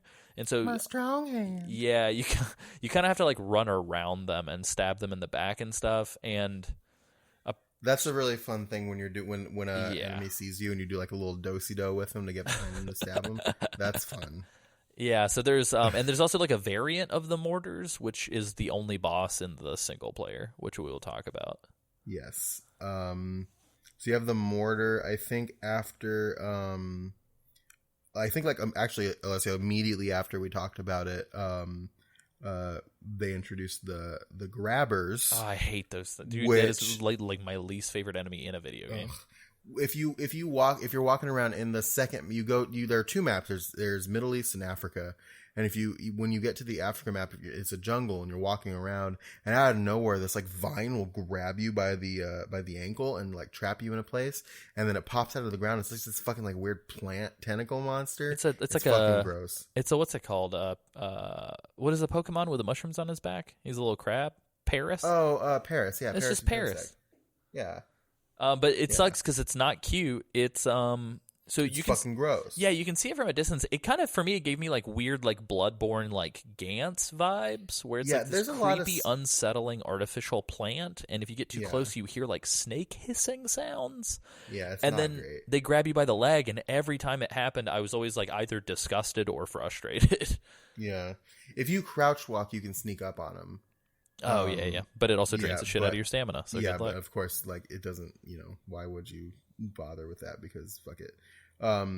But yeah, they're fucking gross. I think that was the last enemy type I remember seeing. Yeah, I'm trying to think if there's anything else. Oh, you didn't talk about so there's three more. Two of them I think might be multiplayer only, but there's three more regular enemies. One is the Tracer, which is that jumping boy. Yeah, he is in here. He's like a fucking he's essentially like he's got a bigger Jolly Rancher. It's a wanderer with a bigger Jolly Rancher, and they're like super nimble ninja things. And Yeah, it's like a hunter from Left 4 Dead. Yeah, that's what I want to deal with right now. Yeah, and then the other two are armored. They're just called armored. Yeah, and it's just a wanderer with bulletproof armor and a helmet. And then the last one I think was detonators. Detonator. Yeah. But I don't remember seeing any of those. I think those two might be like multiplayer only. Yeah, I think I saw one armored in single player once, and that was it. But yeah, the detonators, they have like a supply backpack that you can loot for stuff, which is cool. But if they see you, they either blow themselves up or they trigger a bomb. I can't remember. I think they blow themselves up. Gotcha. So you have to sneak kill them if you want to steal their shit. Are those two? There are also two like boss monsters. And I don't know if they're in the single player or not. Like in a Yeah, side they mission. are. They are actually. Yeah, there's what's his name? There's Frosty Boy, Cthulhu Man, Yeah, Frostbite. Frostbite, and then there's Big Mouth, which is he's fucking something. Yeah, so Big Mouth looks like a dinosaur, but he has guns and swords. Yeah, So he just like, shoots machine imagine guns, that. and then, like, he has like a giant fucking mouth that he'll just do like a couple like steps while he'll just like grab in front of him, and he'll just like step forward, and when you're close he like shoots machine guns at you. And then Frostbite is this like weird Disturbing. Cthulhu tentacle monster. It's very upsetting. Me and Alessio were playing a multiplayer mission. It was a rescue mission, and it was just there, and we were just like, what the fuck is that? And it's just like this weird like Cthulhu tentacle thing that shoots ice beams. It's very gross. And, yeah, it's not the best. So Yeah, the tentacles and shit. So yeah, and so I do want to say between the creature designs and the tentacles on that guy, and then the fact that the whole time that you're in this main play area, it looks like you're underwater if you look Yeah. up at the sky. So there's Yes. there's a very weird vibe of like, and I know that this led to a lot of conspiracy theories before Survive came out, but there's this very weird like we're lifting shit from Death Stranding and Silent Hill kind of vibe going on the whole time. yeah. Well, it's just like that. It's just like, and these creatures too. It's just like there's something off about like what they're trying to do here. Yeah, but cool. So I guess with all that out of the way, trying to Talk think about if there's a anything stupid else. fucking story. Oh, real quick. Wait. yeah. What? Oh, go ahead. You go ahead. I got one thing. You go ahead. Okay, so the other thing that I wanted to mention is not only is there food and thirst meters, but you actually, up until a certain point when you can build farms on your base, you do actually have to by hand hunt and kill animals, skin them, and then you use their parts for food, soups, or medicine. Yes. And all those things are mutually exclusive. So if you're starving to death, but you also have a broken leg, joke's on you. Good luck. Pick one. Mm-hmm. Which is dumb. My thing was collecting items sucks. Oh yeah, so if you played MGS5 and you love the parts where you hold square to steal items from Mother Base, that's pretty much what this game is. Yeah, it's just like why, and it's just like there's like a long list. There's like 5 things, and you have to hold down square to collect all 5 of them. It's just like, why isn't there just like a collect all button? Yeah, you also have to unlock a perk in order to collect faster. Yeah, which is super dumb. And it's just like when you go into a building and there's like a shelf full of shit, and the captain is just like swinging his or her arm like wildly, just like grabbing all this other stuff, just like, and it's just like this. My time could be spent better right now. Yeah, essentially it's a Roomba simulator. Pretty much, yeah. And then like, of course, the sounds that you make when you're eating and drinking, which have been bad. Admittedly, have been bad since Metal Gear Solid 3. So, give me some more. Yeah. But yeah, so I think that's about it. I know we're a little over an hour into recording, so if fuck it. No, yeah, so like if that's any indicator, this game is extremely systems heavy because we're an hour into recording, but I could probably summarize the entire plot of this game in about 10 minutes, 15 minutes if I was like speed talking. Yeah. So yeah, that's pretty much the gist of the game. The unfortunate news is that if you want to buy this game and you want to dive into the multiplayer, which is less resource collecting and way more action based, like Sam alluded to, single player and multiplayer are kind of connected, but not only in the resources that you expend, but in the fact that features for multiplayer will not unlock until you finish parts of the single player. Yeah. And likewise, you will more than likely, from the moment you unlock multiplayer, until you get to the proper level, you'll more than likely not be able to play co-op until you are close to finished with the game, because it wasn't until I was in the home stretch that I was even high enough level to play the easy mode co-op missions. Yeah, I was, I remember we played multiplayer a little bit before this episode, not today, obviously, but like a week or two ago. And I was a little underleveled because I was behind. I hadn't played a lot because like it's very easy to think I'm going to play Survive today and then see another game on your menu. And or I'll play Burnout Paradise instead. And it's just, so it's very easy to do that.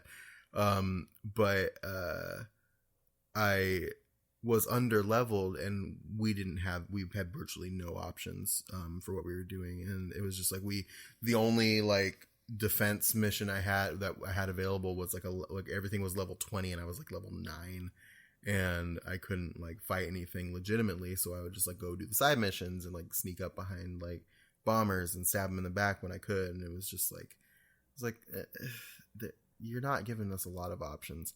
Like it would be better multiplayer would have been so much cooler if it was just like, okay, these are 2 separate things, separate resources, you can do whatever from the beginning.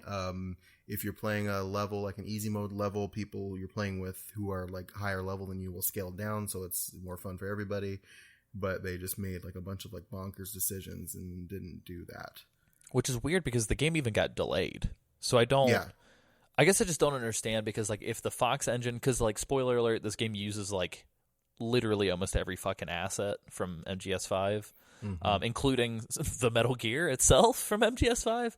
Yeah, so there's Sahelanthropus is just like hanging out. And so like if they had the engine and they had every single asset, essentially I feel like the entire development cycle was just, let's figure out how to art design these unique character models, and then the alternative thing to that was, let's program the missions and the AI and the logic and all that stuff and the flags for all these events.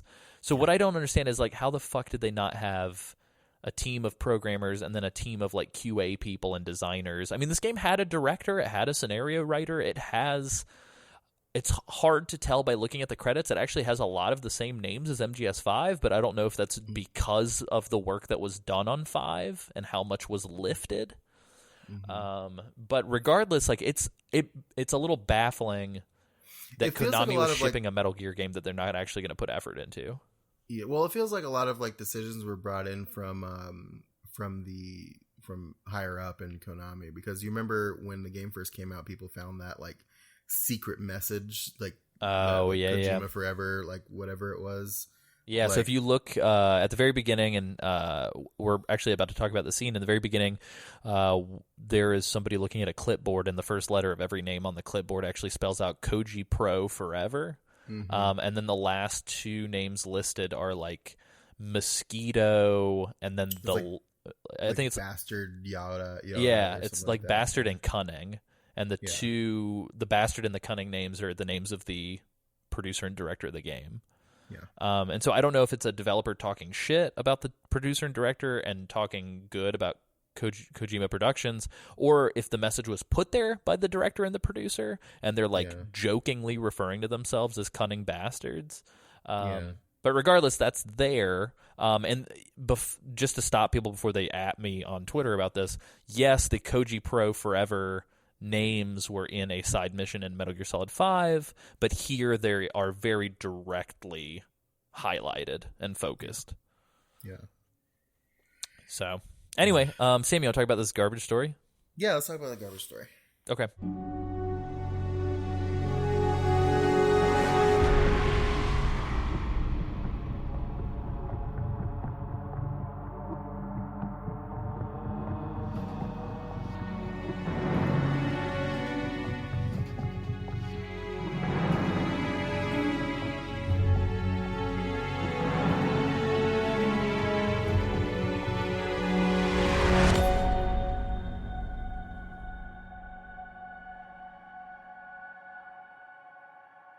So, Sam, you already kind of alluded to a bunch of this stuff, but effectively, and again, this is how the game was pitched before it came out, this is a weird spin-off alternate reality version.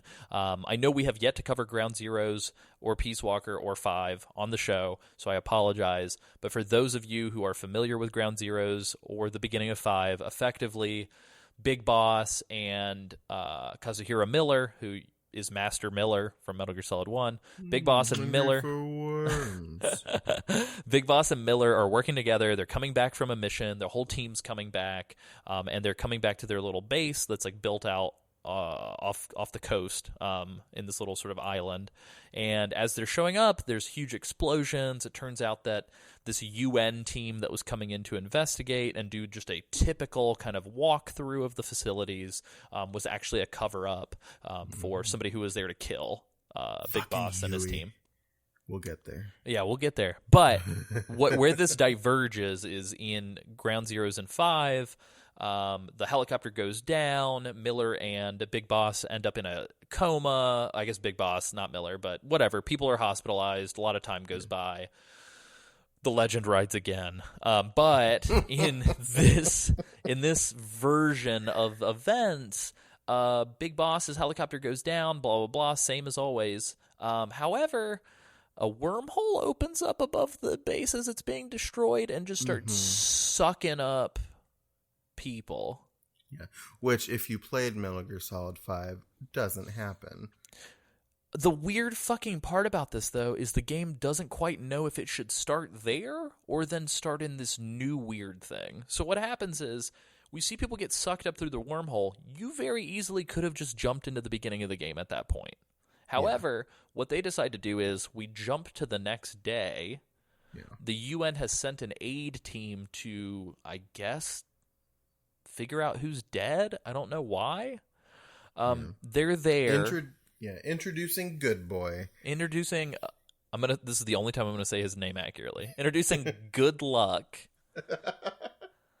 Who is the only other black character in the Metal Gear universe that isn't Fortune's family related or Sigint related. Yeah. Pretty much. And they wind up introducing a couple other ones later. Oh, and I guess Drebin related. So we got our 3. We got our 3 flavors. But yeah, so we've got Good Boy, and he's going through the list. The list says like whatever, Koji Pro Forever. And essentially he's like, oh no, don't. And they've got everybody lined up on coffins or in coffins, which is really weird. I'm not quite sure what's happening. I guess they're just reusing the coffin assets from MGS5. But anyway, so Like, they we got these we got these coffins. What can we do with them? I'll just put them in there somewhere in the beginning. Yeah, so your introduction to the game is from the perspective of somebody who's lying in a coffin, presumably dead. Mm-hmm. But then, good boy, good boy, effectively like hangs out over your body and says, "No, I want to keep this one." And essentially, from this point forward, I kind of lose track with what's going on. Like, so I think the whole thing is like you wind up you're infected with this like thing that turns people into wanderers. yeah. So good night and good luck essentially tells you, because we see all the other MSF soldiers get sucked through the wormhole. Your character, who becomes called the captain, has their arm cut off by the wormhole. Is that correct? Is that or?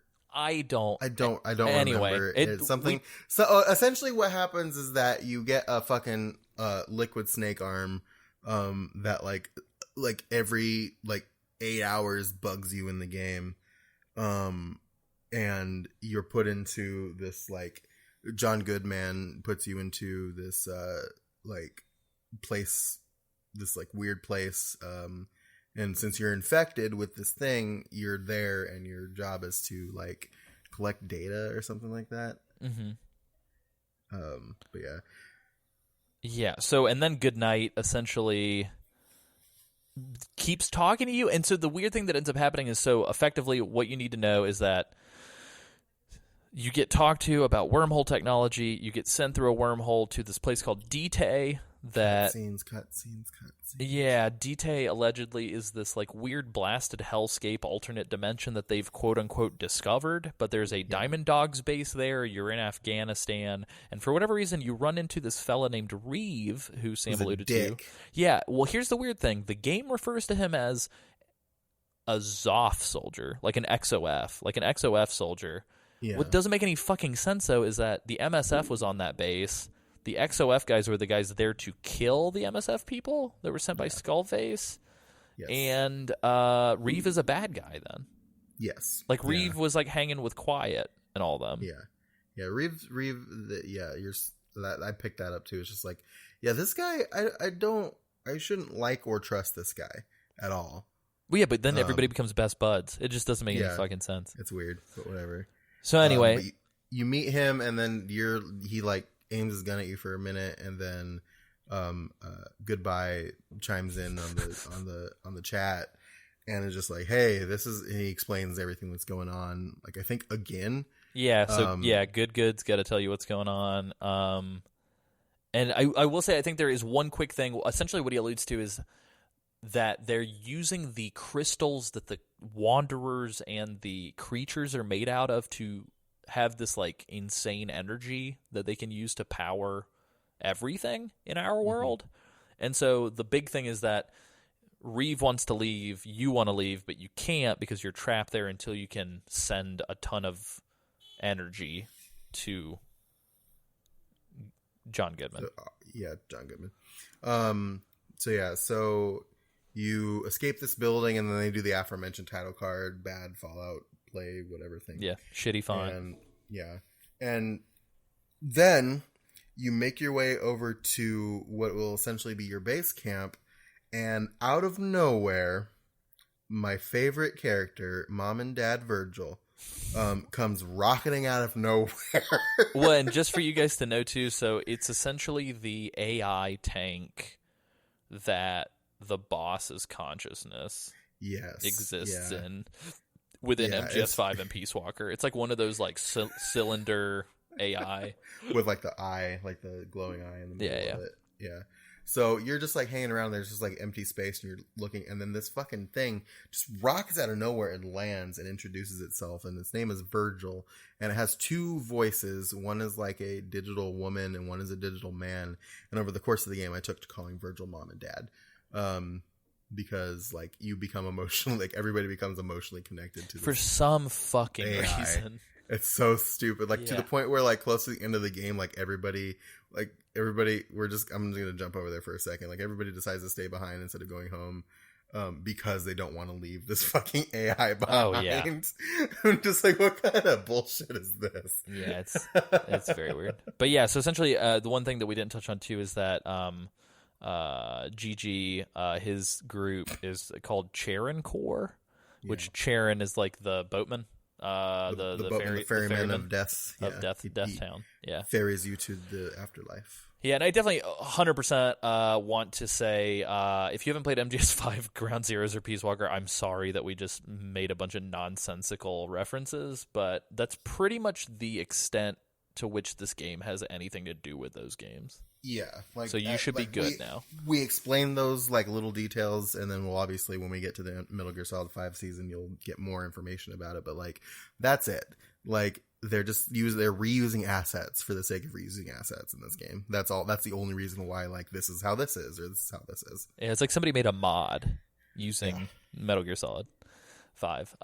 Cool. So the last thing I wanted to mention is, so Virgil's internal memory is fucked, and she needs memory boards to remember, and they're supposed to be your support unit, and so it sort of behooves you to bring its memories back online, so that these are the sort of shitty narrative reasons why you are missing functionality. Like you can't build anything in your base for a very long time. You can't do very specific game tasks until you bring these memory boards, and the AI just remembers how to do it, which is really dumb. This game, every important mission in this game is either a fetch quest or defend the camp quest. It's either escort or fetch, essentially, which is much, shitty. So anyway, but then we get introduced to the dust or whatever. So before we get into the dust, we're going to go through this chapter by chapter, but very quickly, because the chapters are very simple to explain. There's 20 chapters total, even though the game told me I was on chapter 24 when I finished it, but the guides that I found all at least IGN's outlined that there were 20. So I used that when building my notes. Yeah. But anyway, so chapter 1 is pretty much what we just said. There's a bunch of cutscenes. The character creation happens in the middle of this, so you can create your own character, but it's pretty much just the same character creation from Metal Gear Online. Yeah. Chapter 2, you get to the base for the first time. You learn about clean water versus dirty water, which is fucking awful. If you drink dirty water, you have like 1 in 5 of a chance to get like cholera, intestinal sickness. Yeah, which means like all that means is like you can't get past 70% on your thirst meter until you get rid of your illness.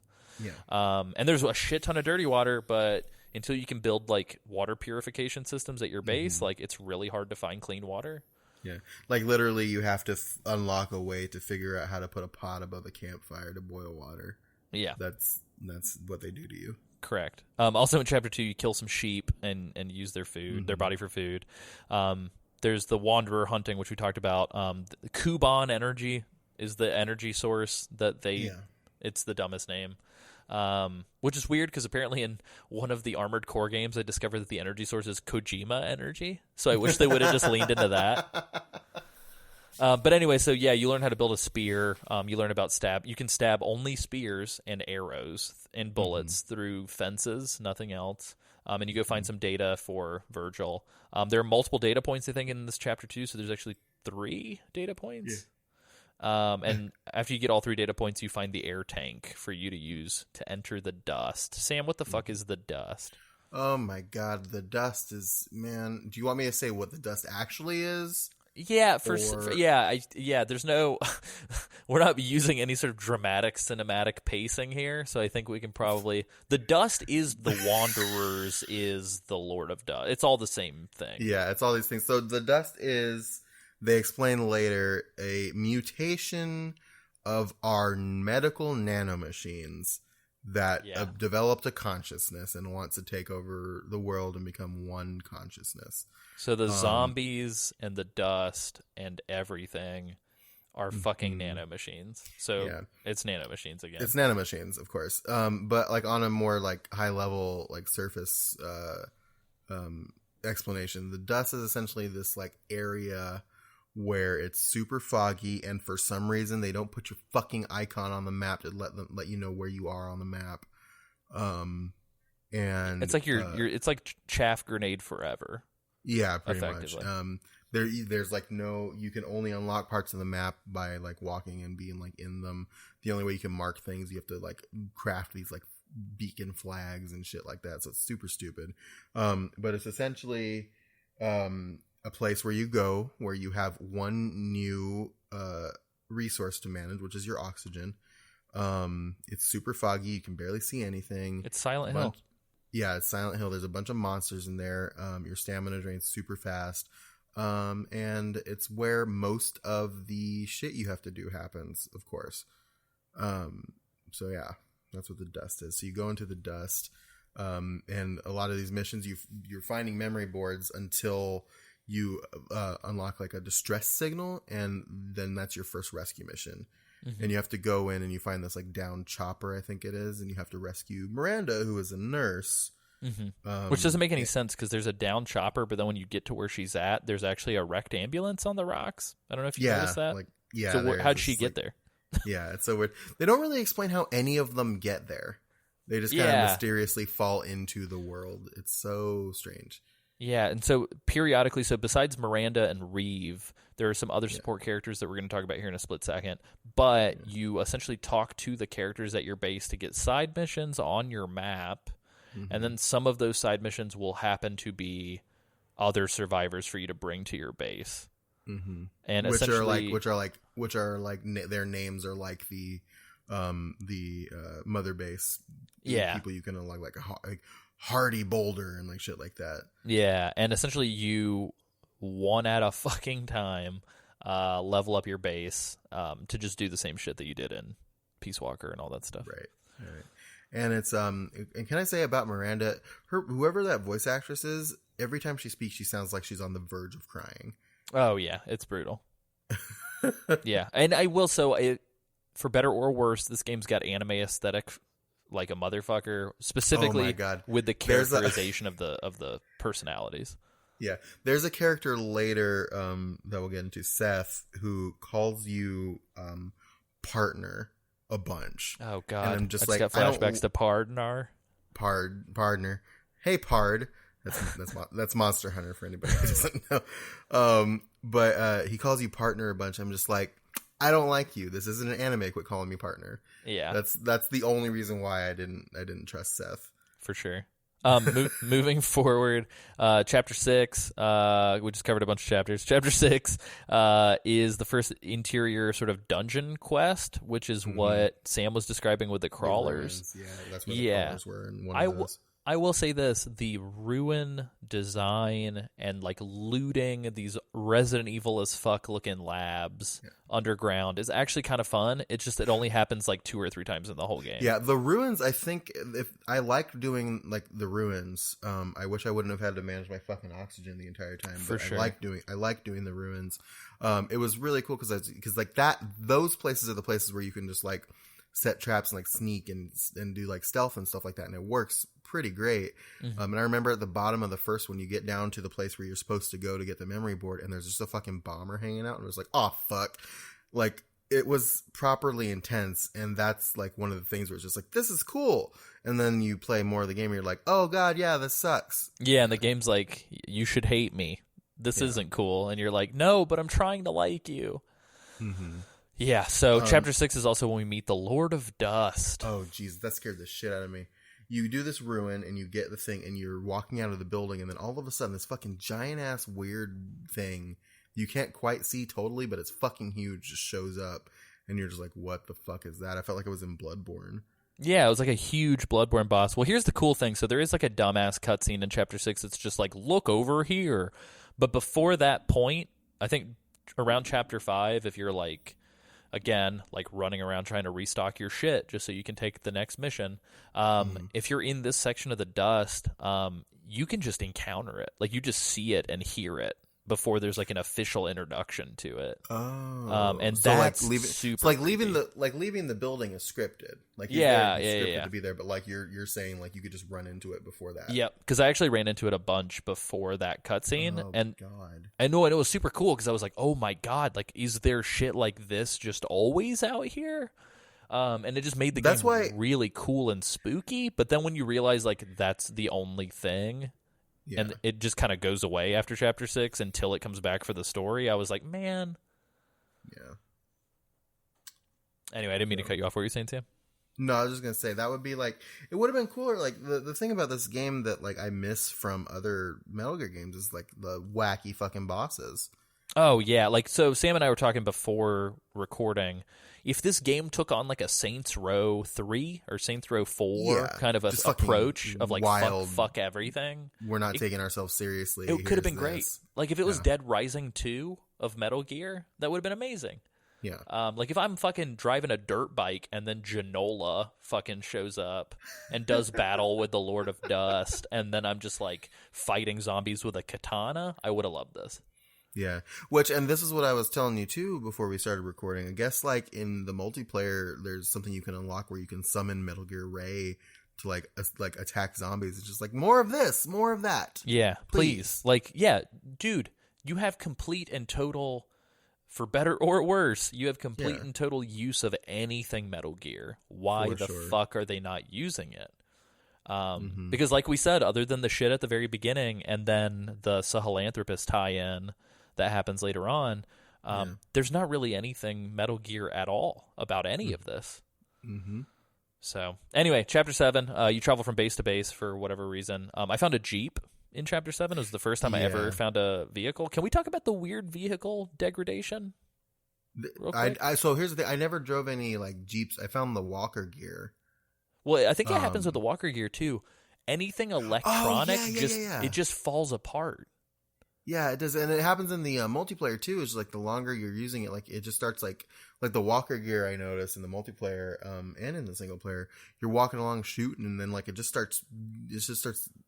becomes on fire. Yeah, for like, no after reason. A amount of time, it's just like okay, it's fine.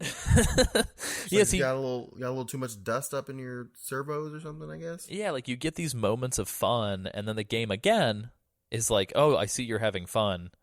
Let's blow your vehicle up, and it's like okay. It was funny because I was playing the game and I found the Walker Gear and I was just like mowing down guys and just like, you know what? I wish that that this was a game where I was just in like a powerful mech shooting a bunch of like weak enemies, and then I realized that was just Zone of the Enders. Jeez. Anyway, after I found the Jeep, you find this digger, which is like this big white. We talked about it in the co-op mission. It's like a big white sort of terraforming technology that like drains energy from the ground. Anyway, you find it and you bring it back to your main base. And so Chapter 7 is the first time that I realized that you need to build the defenses around your base because your main base gets attacked. Only in the story mode. I don't know if it gets attacked post-game at random, but during the main game, it's only during certain missions. There, after you beat the game, I think Mom and Dad tells you that you can launch the digger from the base. Oh yeah, whenever you want. Yeah. That's right. But yeah, so essentially you defend the base. It's not hard. It's 3 quick waves. What I did was I cheesed this by building fucking chain link fences around the entire base, and then I just chilled behind the fence and stabbed anything that showed up with a spear. Yeah. Here's what I like about defending the base defending against like the transporters and stuff like that. Is that the transporters I hated. Like I feel like defending the transporters was like a punishment for some kind of sin I committed in a previous life or something like that. Because it's just like it's a very small area. You have like multiple points of entry. You don't have a lot of resources. You have whatever you have on you to play with, and then that's it. And again, it gets better as you progress through the game and you get more stuff and you are understanding more. But like the first couple of times you do it, it's fucking brutal. Yeah. And I don't think I ever left one without being like bloody.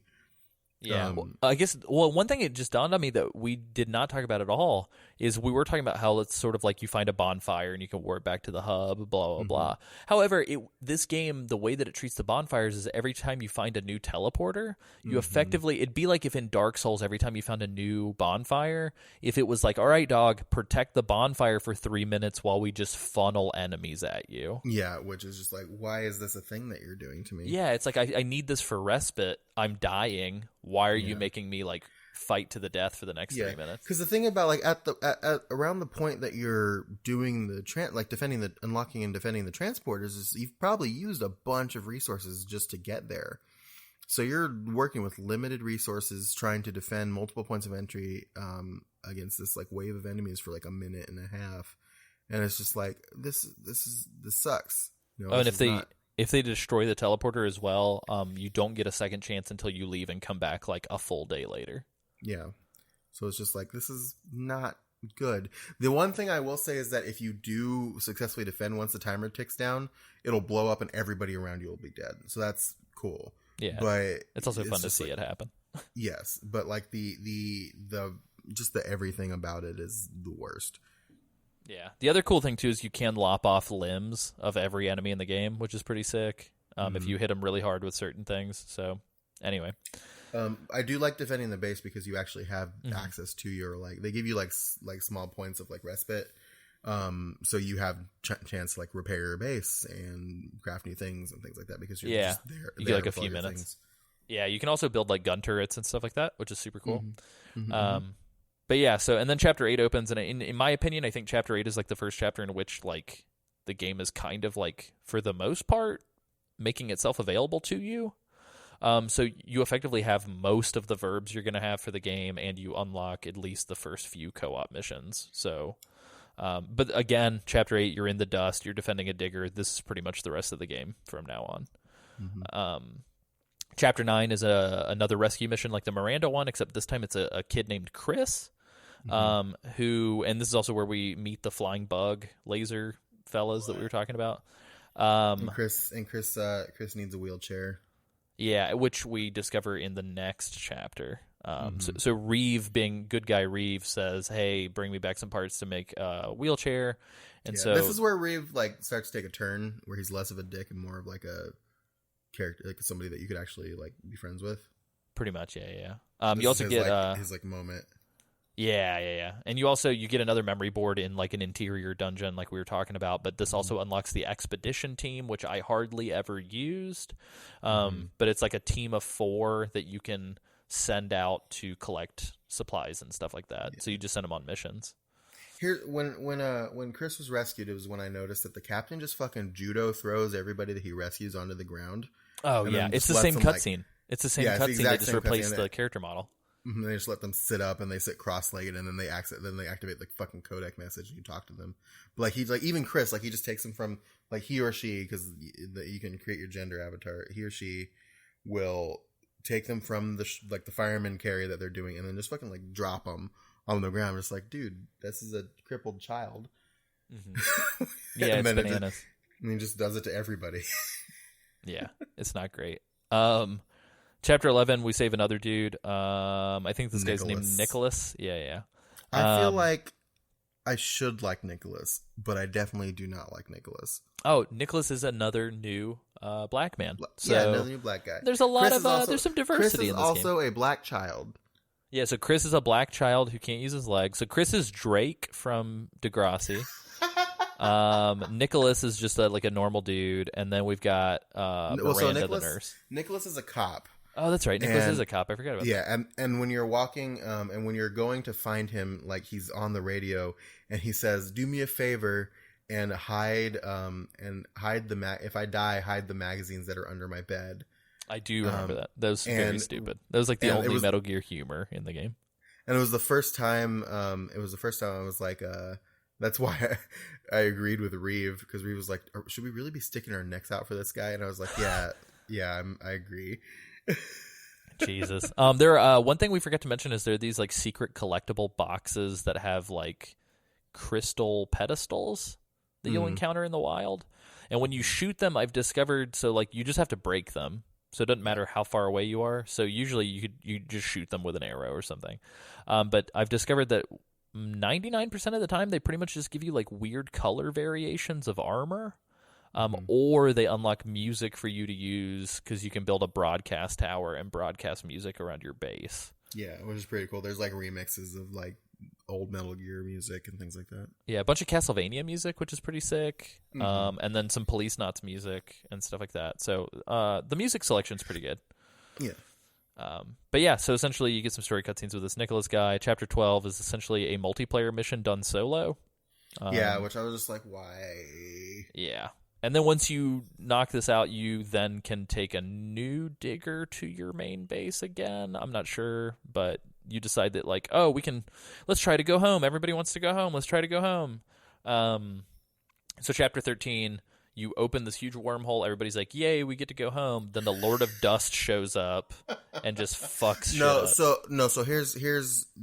there's a very critical piece about why the Lord of Dust showed up, because you open up a small wormhole and I forgot about this. You get contacted by Gruen, who is the other guy at the beginning of the game who was like combating Good Day. He's Good Day's boss. Good Mission. He's Good Mission's boss. Yeah. And he comes in. He's like, "Oh, you open this wormhole, so now I can contact you."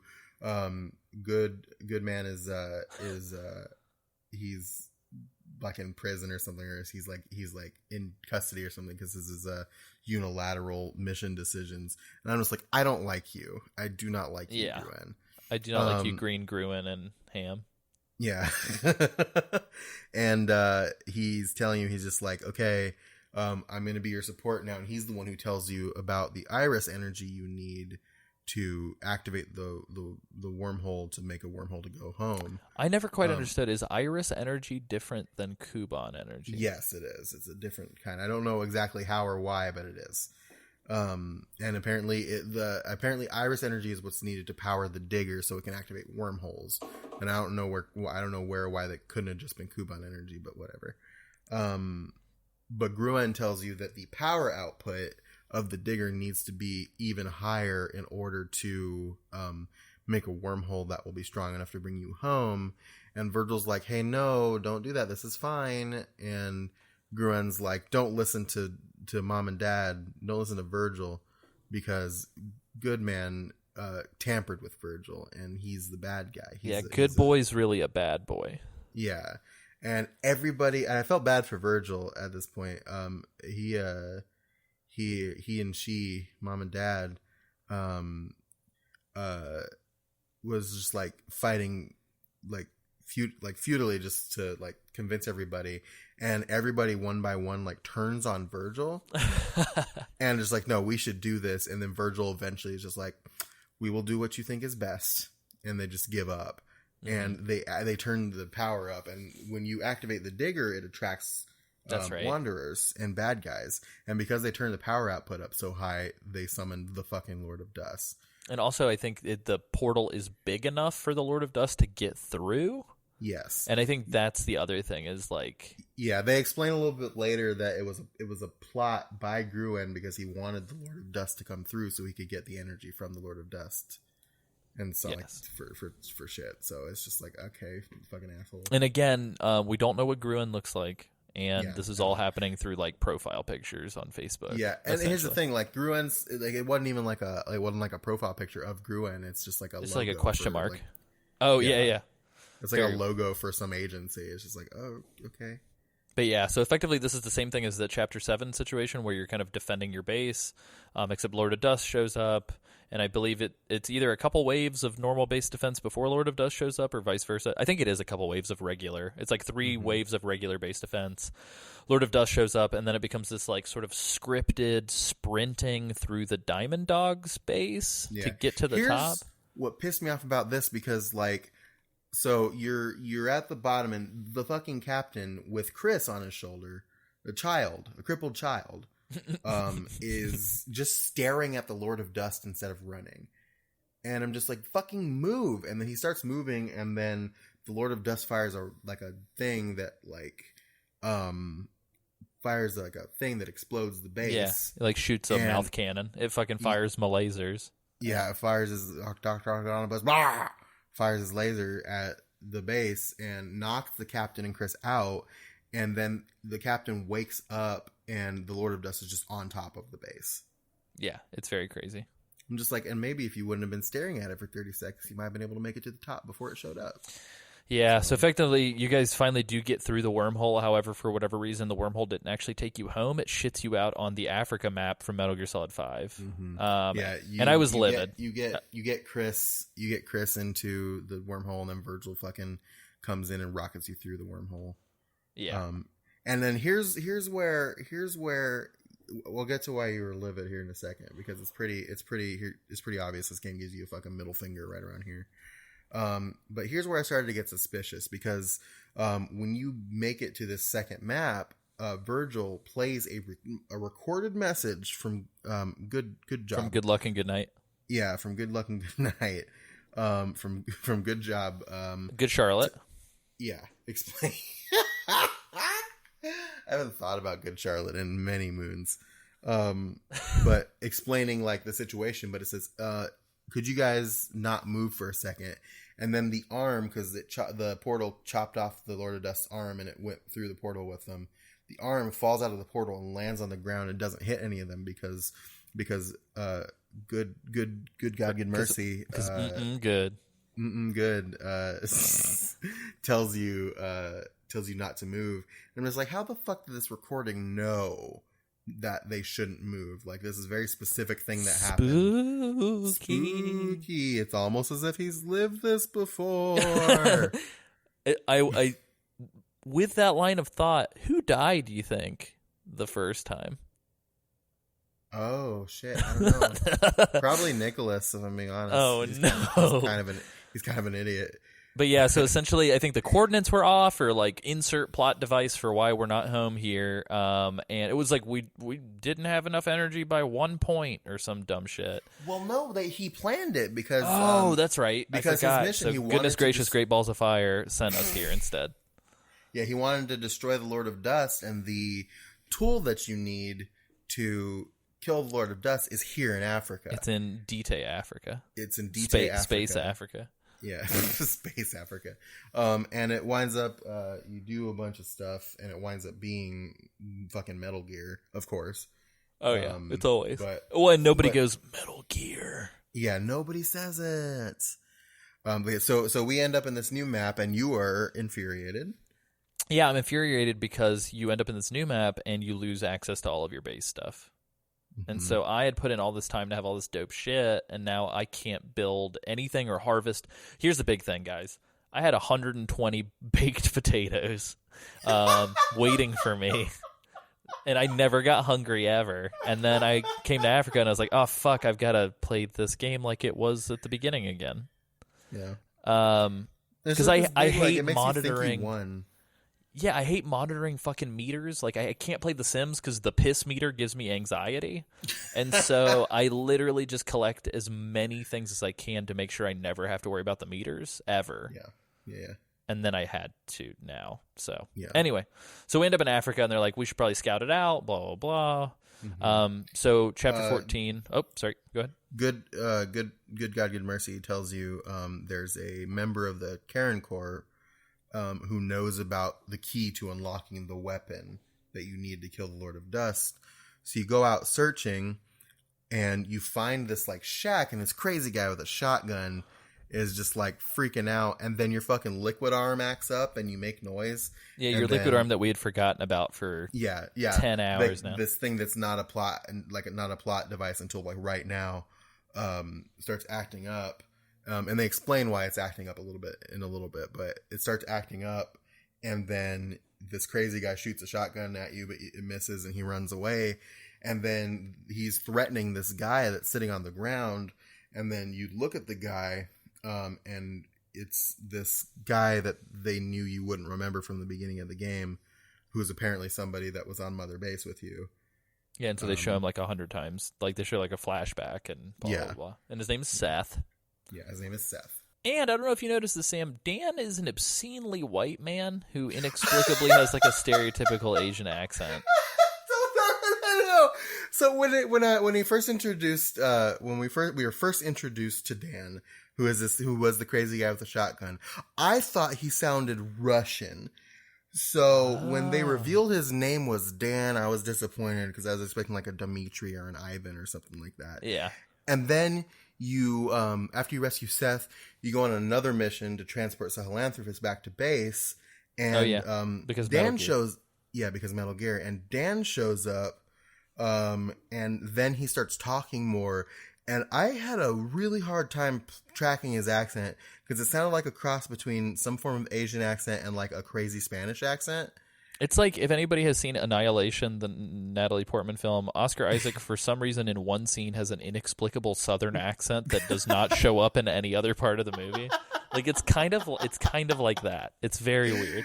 Oh man! Yeah, it's just so fucking strange. It's just like I don't know. I guess Asian or like he just like talks really angry and really crazy. He just sounds like a mix between like an Asian and a Spanish accent, and I couldn't track it at all. I was just like, what are you trying to do here, dude? Yeah, you're just like this game. The tone is all over the place. What's happening? Yeah. But yeah, so like you alluded to, essentially, Seth comes back to base with you. Seth's like, "Oh, thanks for saving me. That Dan guy's crazy." One thing that we haven't alluded to yet is that this Charon Corps has been sending people here forever. Like they've been sending people here for a long time. You get audio recordings inexplicably of like the past crew that was here. And so Seth's like, Dan killed all my friends. Thanks for saving me. He's crazy. Seth came in and he joined the Karen Corps here in Dite. And then Dan apparently killed everybody. So we're a little wary about Dan, but Seth keeps calling me partner. And I'm just like, I don't like that you call me partner a bunch. And then when you get to Sahelanthropus, you meet Dan and Dan starts talking. He sounds a little crazy, but it makes me not trust Seth even more. Yeah. It's very strange. And Virgil scans Dan's vitals and finds that he's mentally sound. Mm-hmm. So he's not like, he hasn't gone insane or anything like that. Yeah, because Virgil has worked with these people before. Virgil's been here, so Virgil actually does know Dan and Seth technically, but apparently Virgil's memory is wiped or whatever. Yeah, something happened and Virgil doesn't quite remember. But they're talking to Virgil like they know who Virgil is. Yeah. So essentially, you get sent to go discover this quote-unquote weapon that will be able to destroy the Lord of Dust, which is just Metal Gear Sahelanthropus from Metal Gear Solid 5. Yeah. But it's all overgrown and fucked up and broken and stuff like that. Which I do want to talk to you about when the big twist gets revealed, because I'm trying to figure out what happened here. I'm trying to place, I've been trying to place like how that happened. Yeah, which I don't spoiler alert, it doesn't fucking matter, but it's okay. Yeah, so chapter 16, you teleport the top half of the Metal Gear back to Dite's Afghanistan map. You have these I would say probably the most intense waves of anything in this game up until the end. Yeah, this is where I think the mortars were first introduced. Oh yeah, was this defense. It's bananas. Like you can see the mortars before this point, but this is where they like are formally introduced. Yeah, like if you're just doing like single player, like straight story missions, like this is where you see them for the first time. Yeah. We discovered that Seth is secretly bad and nobody cares, and then Dan is secretly bad and nobody cares. No, or Dan's secretly good. Sorry. Yeah. No, Seth is a boo-boo bad guy, and after you finish this mission, you get called, and you're just like, you got to get back to camp now. Because apparently Seth revealed that he is a bad guy, and he kidnaps Chris and threatens to kill Chris. Yeah, because always go for the crippled black kid ASAP. And he wants you to come to the Afghanistan base alone, and he locked all the other transporters. But Dan has some kind of like weird. He shows up at the base and is like willing to help.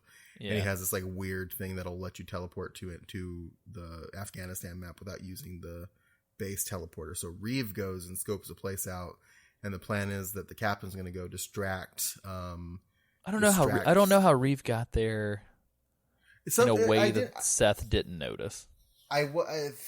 There was some like weird shit that was happening. Like Dan had like I don't quite remember exactly. It was like some type of like technology, but Dan some Deus Ex Machina bullshit. Pretty much, Dan had a thing. Like, even though Seth had shut down all the teleporters except for the one in the Afghanistan map, made Virgil do that. Dan had some type of thing that would let Reeve go there anyway. It was some weird, like, okay, I guess. Yeah, which kicks off that chapter 17, which is our only boss fight. Yes. So Reeve goes, and the plan is the captain's going to distract Seth, and Reeve is going to get Chris. And then you go and you find out that Seth is apparently a host for the dust, and this is when you find out that the dust is actually just a mutation of our fucking medical nanomachines. This is when you find out it's nanomachines again. Yeah, and essentially he says that you have it too, like it's like in your arm or whatever. Yeah. So it was apparently dormant, but by coming in contact with Seth, it became undormant. Mm-hmm. And same with Virgil, right? So Virgil has the two personalities because one of them is an infection. Yeah, so it split them up so that the subroutines can run individually, and that's why it has 2 personalities. Sam, you became like a scholar for this game. I Like, you know so much. Like, Yeah, the moment you were like, yeah, because of the subroutines, I was like, oh no. Like, the nanomachines have Sam. I know too much about this game. But it explains that it wants to get to our world because it wants to essentially assimilate everybody into its consciousness. So there's only one will, one consciousness, thing like that. And it says that's the peace that humanity has been waiting for. And then This isn't when the big twist gets revealed, right? Oh no, I legitimately don't know when that happens. Oh no, yeah, this happens like right after the battle, I think. Oh, the big twist is right after the battle? I believe so. 'Cause Okay, cool. Virgil gets all of its memories back. Oh, that's right. and Yeah, explains it. Yeah. Yeah, which is pretty. But It's probably the one interesting thing about this, but it's like being the one good thing in a dinner that you got out of the dumpster. right. But yeah, so we have this boss fight. Yeah, you have this boss fight because Seth is trying to essentially assimilate the captain, and then Reeve does this badass thing and just pops out from where he's hiding, like shoots Seth in the head and kills him, grabs Chris and goes, and then the captain stands up, and then the Wander infection like wakes Seth up, and he turns into like this again. He turns into a fucking bloodborne monster. Yeah, well, and that's the thing too, is I will say Seth's instantaneous, like, no time to talk, shoot him in the fucking forehead was like the only believable part of this entire story. Yeah, like Reeve just puts him down so fast. It's amazing. Yeah, it was really cool. I was like, oh, Reeve's kind of a badass there. Yeah, it was like every character in every Metal Gear game should be taking cues from Reeve, because like, don't talk, just die. Like, it was insane. But I did want to talk to you, Sam. So at what point did you stop playing? It was around here, actually. I think I beat Seth, and then I stopped playing because I was just like, ugh. How did you go about this Seth fight? Because I thought it was going to be very difficult, but besides him being a bullet sponge, I did not have a hard time with this at all. I think I had like a shotgun at that point. The little sawed-off boy, like the 8-shot? Yeah, and I mostly used that. What I wound up doing was I essentially used Virgil as a shield because he can't harm Virgil, and I essentially just fucking Benny Hilled around Virgil for a while. Yeah, so that's the weird thing about this boss fight is, so you're battling him in the middle of the base that you've been building in Afghanistan. Mm-hmm. The thing that the game doesn't tell you is that when he fucking shoots, if you dodge it, it will blow shit up in your base. Yeah, that sucks. And that's the crappy part. Yeah. So the best way, like, that's why I found like the best way. I think it happened, and then I was like, oh fuck. And I think the best way to mitigate that is by using Virgil as a shield, because he can't blow up Virgil. Mm-hmm. So when he shoots at you, but he shoots at Virgil and it misses you, and then you can run around and shoot him again. Yeah, I did the same thing, except I used the level up station. Because it was like wider. That can't die either. Yeah. And so what I did was I did that, and I used flame arrows, and I just like peppered him like crazy with flame arrows and Molotovs, and he eventually went down. Yeah, it's not a hard boss. It's just he has a lot of health. It takes a lot to put him down, though. Yeah, it's not a hard boss fight. It's just quantity, and since this was the only actual boss fight in the entire game, I would have liked for it to be a little bit more. What am I trying to find? Interesting, beefier, yeah, interesting in any way. But yeah, so that's Reeve. Do you want to talk about this post Seth twist? Yeah, Virgil. The twist that kind of like weirdly, literally, it's the only thing that answers the Diamond Dogs base question. Yeah, but it's like, why? Like. Yeah. And then it's just like so Virgil, after the battle, since Virgil's infection essentially was resurfaced with the captains by coming in contact with Seth, Virgil remembered a bunch of shit, and pretty much everything, and tells you, hey, this isn't an alternate dimension. This is the future. This is the world's future. So you're on Earth. You're on Earth in your own dimension. You just time traveled essentially through the wormhole. And the Lord of Dust, his whole thing is that he goes back in time and destroys the past that he lands in, and then just keeps doing it. Yeah, he's like in a perpetual time loop where he Yeah. like creates the future so he can eat the past, but does Yeah. it forever for some reason. It's very weird. Yeah, we're clearly not worried about like time travel paradoxes or anything. Oh, not at all. Well, and the weird thing is like butterfly effect or whatever. the Diamond Dog's mother base being present is answered by this revelation, but as is the philanthropist thing, but that then poses the question like, so are you trying to tell me that Metal Gear Solid 5 still happens after? So like that would have to be the case that Metal Gear Solid 5 happens. They kind of allude to that in the because this game obviously has a title card after the credits. Yeah. And there's an alternate ending too, right? Yeah, which is okay. Yeah, I think the alternate ending also kind of addresses that too. So essentially, like, my understanding is that the Phantom Pain is like still happened, but this is a potential future after that. Because they go over it, it's like I think they say like because you stopped Lord of Dust, this doesn't happen. So the thing that the wormhole happening in the beginning of this game doesn't happen in Metal Gear Solid 5 because the timeline of this game, you stop the Lord of Dust from going back in time and opening the wormhole in the first place. It's really dumb, and it's giving me a headache. Yeah, so we should move on. Okay, fine. We'll talk about the alternate ending, which is also very dumb. But yeah, so essentially they're just like hand waving. Like I don't know. So between MGS5 happening and this future where everybody's medical nanomachines decide to say fuck everybody. I guess somebody just abandoned Sahelanthropus in the woods in Africa forever.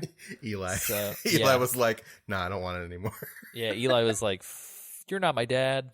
Anyway, so yeah, Chapter 18 happens. Essentially, this is the home stretch. Chapter 18 is kind of just like if you've played The Witcher 3, when you get to the end of the game and you get those like, hey, it's the last quest, but really it's like 17 quests of you collecting components for the final battle. It's just that. Yeah, they do this thing where it's just like Dan is like, well, we need to fix these blades to trap the Lord of Dust for the plan so we can shoot it with his railgun, but I don't know how to fix it. And then Chris is just like, I can fix it. And it's like, wow, Stem. I'm in a wheelchair. I know how to fix it. Yeah, Stem really did goodbye, Chris, huh?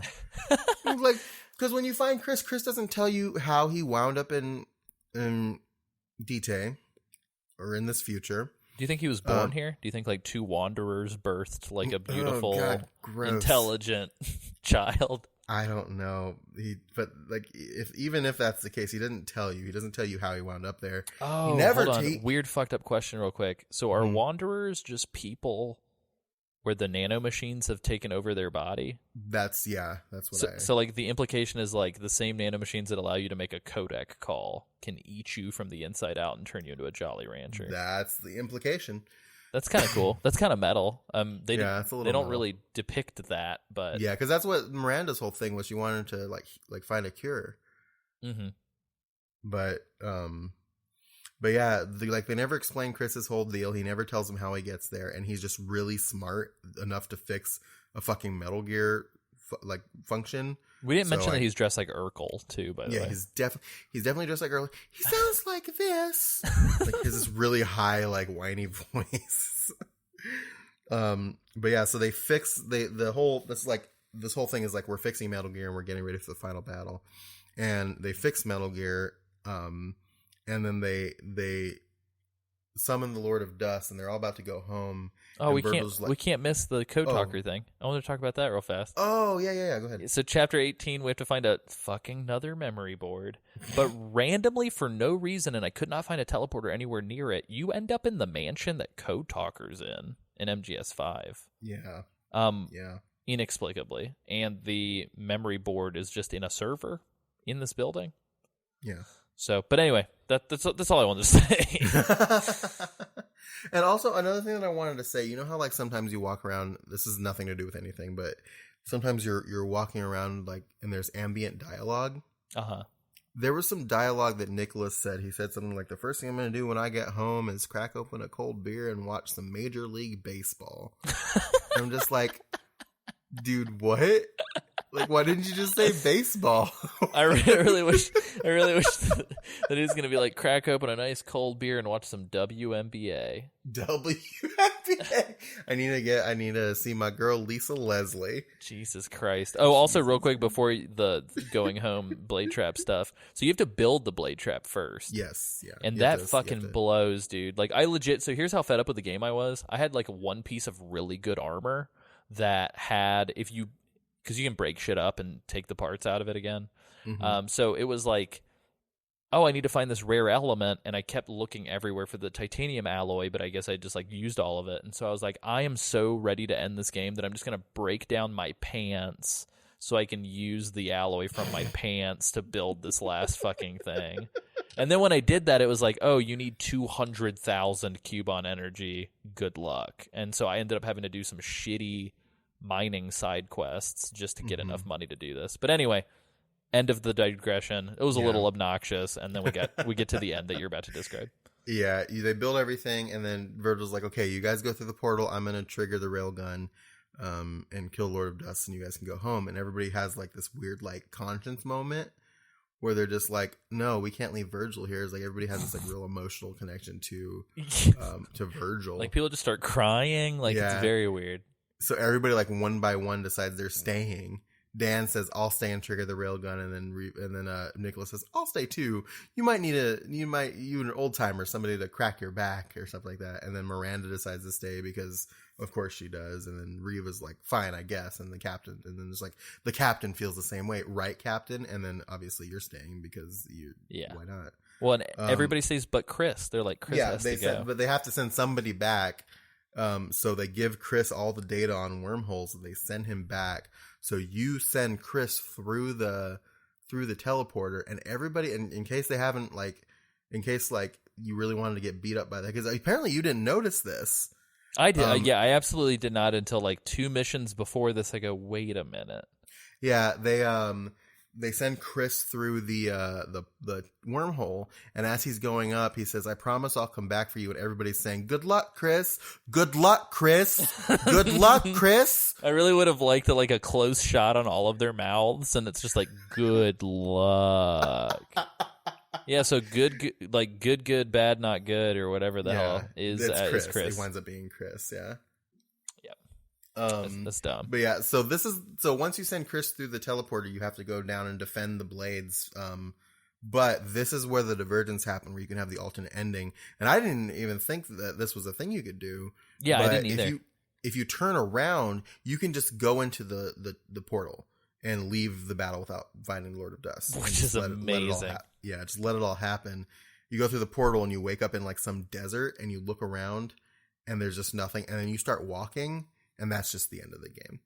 Well, but the way that you're walking and the way that you're looking, you look like one of the super weirded out, like MSF wandering soldiers from MGS5. And so I think the implication is that like you're one of those. Yeah. But the fucked up part is that means that the implication then is that this game's fucking canon, and that those guys are coming from here. Yeah. Which is like, okay, I guess. No, that's like straight donkey shit. I don't know, but yeah. Anyway, so that's the quote unquote alternate ending. Yeah, but the actual this final battle's pretty sick, though. I kind of enjoyed this. I was like, I would have liked this more. It's like you said earlier. It's like the best like battles in this game is when you pretty much expend all of your resources to do it, and that's what this battle is. It's the final battle, essentially. Yeah, it's a lot. Like it's like. Yeah. When it sucks, too, because you're close enough to your base, but not close enough to where between waves, you really don't have time to fix anything. Yeah, you just have to kind of deal with it. Yeah, so it's like the whole time I was like, essentially what happens is there are these 4 drills that are creating these spikes out of the ground, kind of like when Sahelanthropus in MGS5 would like swing his sword and it would like send the shockwaves through the ground. Mm-hmm. They've pinned the Lord of Dust, and so your whole thing is like. Yeah, but they pin him, but they need to do it again to capture him. For sure. And so what you end up doing is you end up defending these 4 little stations, and then as each thing happens, they go, well, Chris set up a defense routine, so let me just trigger this, and somebody hits a button, and it just builds a fuck ton of like fences and barbed wire traps and mortars and all kinds of stuff. And so you essentially have this like playground Yeah. to play with, to fend off, but you don't even get it. It's cool because they don't give you a timer. So you have no idea how long the wave lasts. Yeah. You're just kind of like duking it out. Yeah. And what struck me about this last battle here is that they don't, like, it's you by yourself doing this, and they don't make mention of why Nicholas and Dan and Reeve can't help you right now. So they're just not there. Mm-hmm. Yeah, it's so weird. It's just like, yeah. wow, this would be great, if like, and it would have been cool, like what they do with like Monster Hunter. Like if these missions, like the single player missions where they're normally like they take the multiplayer missions and then put them into single player and you do them by yourself. It's cool. Like if you can do them by yourself, but it'd be really cool if you could you can like group up and do them. Yeah, exactly. Like if you could have friends, cool. That would be phenomenal. Yeah, it's the perfect, like if this game has to be online all the time, that's the perfect way to justify it. They just don't ever justify it. For sure. Well, and on top of that too, even if that wasn't the case, like let me battle it with Reeve, Miranda, and Nicholas. You know what I mean? Like how cool would that have been to like you not only get this crazy playground of destruction that Chris has set up for you, including like some bananas shit, like flame traps that I'd never seen before. But like let me defend it with my base people. Yeah. Like you have your AI partners, like if you're doing it single player, like throw them in there and like let you play with the base partners. Like they haven't done shit this entire game, so why aren't they helping here? Yeah, like incentivize. Like if I can go out and recruit people for my base, like let me actually use them. Right? Yeah. So I don't know, but it's fun. I ended this portion like legitimately out of every single thing that I had and like down to like no health and with like several broken bones, and it was really cool. And thankfully, at the end of this, that's like the last you have to essentially play the game. Yeah, so as soon as you get done with this, essentially what ends up happening is you go up to Sahelanthropus, and I thought it was going to be this dope shit where it's like you get inside and you have like a Rock'em Sock'em robot battle with Lord of Dust, but no, it's just like the top half of Sahelanthropus. I'm assuming because they didn't want to do that. Yeah. And you just aim the railgun and you shoot it, and it splits in half, and then it gets built together again. And then probably the most the dumbest shit I've ever heard in my life. It's so fucking stupid. It's funny. The dumbest shit. Virgil explains that the Lord of Dust and the Dread Dust, as it's called, cannot die because it doesn't know how. It doesn't know what death is, so it doesn't know how to die, so it can't die. So Virgil's like, okay, I'm going to go launch myself into the Lord of Dust and teach it how to feel. And teach I'm going to go tell this motherfucker about death, and then you shoot him in the head. It's pretty much what happens. And then you have to fucking fire the railgun at the head and Virgil. Which has Virgil in it. Yeah. And I don't know about you, Sam, I was crying. I was like, I don't want to kill my friend. Were you weeping? I didn't want to kill mom and dad. It was like the only like emotional thing that happens in this game. Anyway. Yeah, spoiler alert. Spoiler alert, Virgil's fine. Yeah, you win. You kill the Lord of Dust. It turns purple and dies. And then you think Virgil's dead, and then before the emotional weight of like this character like being dead can sink in. Oh yeah, all of that emotional weight. Yeah, all of it. It fucking well, I guess so I guess timeout. They have a conversation on the codec right before they finally kill Lord of Dust, and Gooding Jr. Like connects to you guys and plays his final message. Oh yeah, I forgot about this. And Reeve says, "We don't have time for this shit," and then Good Boy says, "We don't have time for this shit." I can almost hear Reeve say it right now. So I have a quick question. Yeah. How would he know that? Because Chris got sucked away already. I think the idea is that he didn't know it, but he knows Reeve well enough to know that that's something that he would probably say in that moment. That was poorly written. That did not come across that way at all. I was just like, it didn't land very well, but I think that was the idea. And this is when Chris Luck says that he is Good Luck. So Good Boy reveals that he is in fact Chris, and he got dropped in like 1928 or something like that, or like some like way too early time. And, it was 1943. 43, yeah. Became a researcher, and then essentially spent his whole career trying to figure out wormhole technology to rescue everybody. Yeah, he like 11/23/62'd Like Stephen King, James Franco, like got to go back to stop JFK getting killed. Oh, whoops, I went back too far. Yeah, so that happened, which leads me to the thing is like, why didn't fucking Goodman tell them about fucking Seth? Yeah, well, so yeah, there's a lot of why didn't he tell them about, but the other thing is, there's a point in the game where I'm pretty sure it's implied that the good guy Greg killed himself. Yeah, is it not? They're like, yeah, they he's said like dead he's like now. on his way to, I'm on my way to purgatory now, or something like that. It's just like Well, so here's the thing: Gruen tells you that he killed himself. I don't know that he's actually dead, but then Badman himself says that he's on his way to purgatory or something like that. They don't explain it very well, but yeah. So you have this conversation, and then Virgil sacrifices, mom and dad sacrifices themselves, and then as soon as like imagining this is just like somebody, imagine you're watching playing a good game or watching like a good movie or something like that, and a beloved character says, I'm going to sacrifice myself for this thing to happen, and then they do, and then before the emotional weight of this person dying can land on you, they come back and say, JK, I'm still alive. That's what happened in this. Like, so immediately after Last Jedi. Yeah, almost. pretty much. Like immediately after this happens, sacrifice. So Virgil comes back, except now Virgil is purple, and it's only one thing because they realized that they came back and they found out that their shell was made to withstand nuclear bombs, so they didn't die from the railgun. And since the Lord of Dust was killed, and since the Dread Dust was destroyed, its infection was gone, so it reunited its subroutines, and now it's only one AI, and it's purple now because Dad Virgil was blue and Mom Virgil was red, so now it's purple. I wish that it would have been the man and the woman's voice simultaneously from this point forward. It would have been very creepy and cool. It would have been very creepy. So now it's Mama Dad, because they're one. Good old Mama Dad. Yeah, so the weird thing is the game continues from here. So you can continue to do memory board stuff, rescue missions, digging, container collecting. Those two boss fights we talked about with Big Mouth and Frostbite, you can do that. You can encounter them in the wild once you're like level 50 or level 43 or something. Mm-hmm.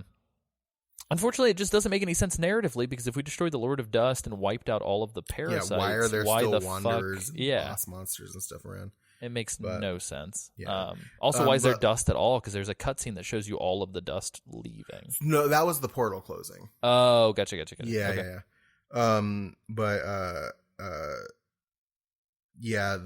Right after like Virgil reveals that it's still alive, they do the credits and they show the title card of the game, and of course they have a little conversation, and it's Gruen and Good Luck arguing, and this is where they reveal that Good Luck I'm using his real name. What am I doing? It's because things are getting serious. Yeah, they're getting too serious. Good Job tells Great Job. Gruen tells Great Job that he told them that there was going to be a portal over the mother base, and it never happened.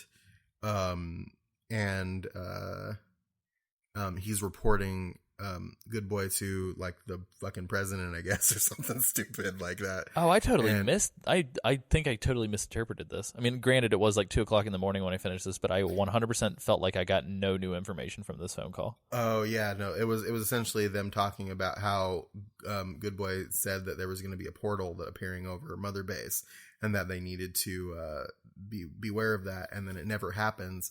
And Gruen's like, I'm tired of you, I'm going to report you to this thing, and then he hangs up or goes away or something, and Good Boy's like, that's fine by me, and then he starts monologuing about how he's going to make sure that fucking the technology isn't ever going to ruin the future again, and thanks the heroes without names. He keeps calling them that. He keeps calling everybody that, and it's like, what? Yeah. Okay. And like thanking them for saving the future and some shit, and he's going to fight to protect the future like the captain did or something like that, and then it just ends. Yeah, I don't know if there's any way to actually leave. It might happen once you hit like level 50 that you can just be like, I can leave. But you're like kind of permanently just trapped in Dite, I believe. And yeah, that's Metal Gear Survive.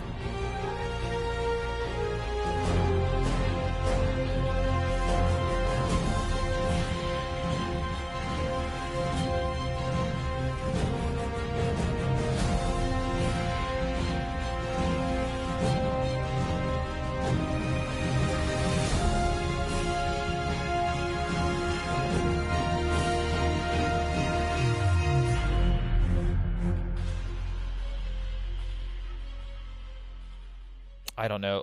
Let's throw in some final thoughts before we do kind of the wrap up, send off stuff. So Sam, like, if you had to just completely just give me like the back of the box, like this is Sam's opinion on this game. Should I buy it? Is it worth my time? What is this? Like, how would you kind of frame it up? I would say it's a deeply flawed game that has flashes of good, and that's what makes it so bad. Is that it's like so many degrees off of good that like you see the potential, but it's just they just never achieve it, and it becomes a disappointing mess. And I would save your money. Maybe like if you can find it in a sale for like $10 down the line, maybe pick it up if you're curious. But I think if it's more than that, I wouldn't waste your money or time on it. Yeah, for me, it's like I think it's less about money and more about time. Like, yeah, it's like there's so many other great games to play. Like, why? Yeah, I'm an adult. I get paid my paycheck. I can be okay with losing $40, but just like I have a finite amount of time, and I could be spending it doing other cool things, and I wasted it on this. Yeah, and even if you're like me and you have some sort of weird illness that overtakes you from time to time, and you're like, I just want to grind things. There are so many other things you can play. Yeah. Like I mean, fucking boot up like OG Dragon Warrior on iOS, and you know what I mean? Like anything. So many other things you could be doing right now. Yeah. I would give it a dumpster meal out of pancake.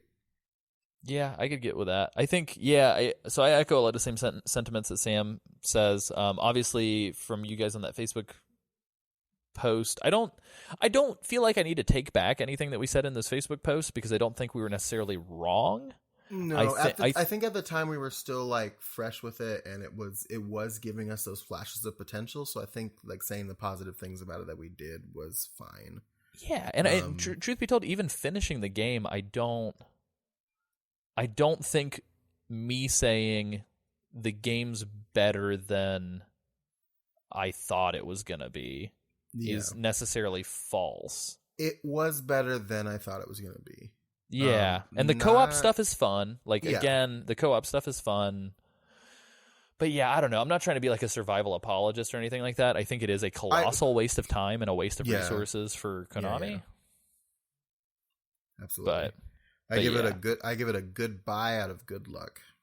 Yeah, I go play fucking any free to play game, and it would be like a better use of your time than this. Mm-hmm. Like, Let It Die.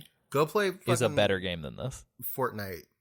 Yeah, Fortnite's great. Go play yeah, Fortnite. Yeah, or something. Yeah, go play something else. If you want craftable survival kind of fun shit with personality, I would definitely play Let It Die, the free to play Suda 51 like tower crawler. If you want, dude, even like the fucking single player for Fortnite is better than this. Yeah. Like the single player kind of like survival mode or whatever. Yeah, I don't know. It's not great. Go it's play not fucking Metal Gear. Go play Don't Starve. Yeah, pretty much. Don't starve together. Like go play and literally anything else. Yeah, go play Crashlands. Yeah, pretty much. I can't recommend you go play A Way Out because I did not like that game. But definitely play anything else. A Way Out, that co-op Two Brothers game that just came out. I've heard so many different things. I've heard you say it's bad, and I've heard somebody say that it's like their game of the year so far. So I'm very confused. Yeah, the gameplay itself is fine. The story is like the most generic, stupid shit story. And I think the acting is like Room level acting. Whoa, you're tearing me apart, Lisa. Dude, it's pretty bad. Anyway, that's story for another time, but I think A Way Out hit me with the same feelings that this did, which is like, if you strip the mechanics out and you make them a little bit more interesting, cool, this could be great. As it stands right now, the story is complete garbage. I have no incentive to keep playing, and I can see the twists coming from a mile away. And I feel the same way for both of the games, like simultaneously. I would say those things. But I feel that. Anyway, that's fucking Metal Gear Survive. If you feel like you have some free time that you don't want to spend on anything else, and it's $10, pick it up, give it a shot. But otherwise, don't waste your time, don't waste your money. One, it's like they were afraid to even use Metal Gear music, so like hardly anything Metal Gear actually is even in this game, and I don't know why. I don't know if it's because it's like all locked up in like some weird Kojima contract or something, or Well, it can't be because they own it. They use Snake in it for a little bit. Yeah, and Metal Gear, like yeah, there's a lot of stuff that they used that like it doesn't make any sense why they didn't just like go heavy on the Metal Gear. Yeah, maybe it's because they wanted to like distance themselves from Kojima's like legacy, maybe. But I guess it's very strange. I think that's stupid. If you're gonna make a Metal Gear game, then you're already opening yourself up to the legacy and the comparisons. So you might as well just go all in on it. For sure. Well, cool, you guys. That was episode 65 Metal Gear Mondays. We're back. God damn it. Holy shit, we did it. We did an episode of a podcast. Woo! Woo! Yeah, so just to reiterate, I said it before, so, and Sam, I might need your help on this. I'm going to retcon. I'm going to go through the wormhole, and I'm going to retcon a couple things. So I'm going to record 64 variations of new kind of top of the episode things that you can do to help the show for the past backlog. Because maybe we should all record some. Yeah, I think that'd be great, and we could maybe even do it on the Rising episode when we record. But my whole sort of thought process was we are starting a Patreon specifically for Metal Gear Mondays and only Metal Gear Mondays.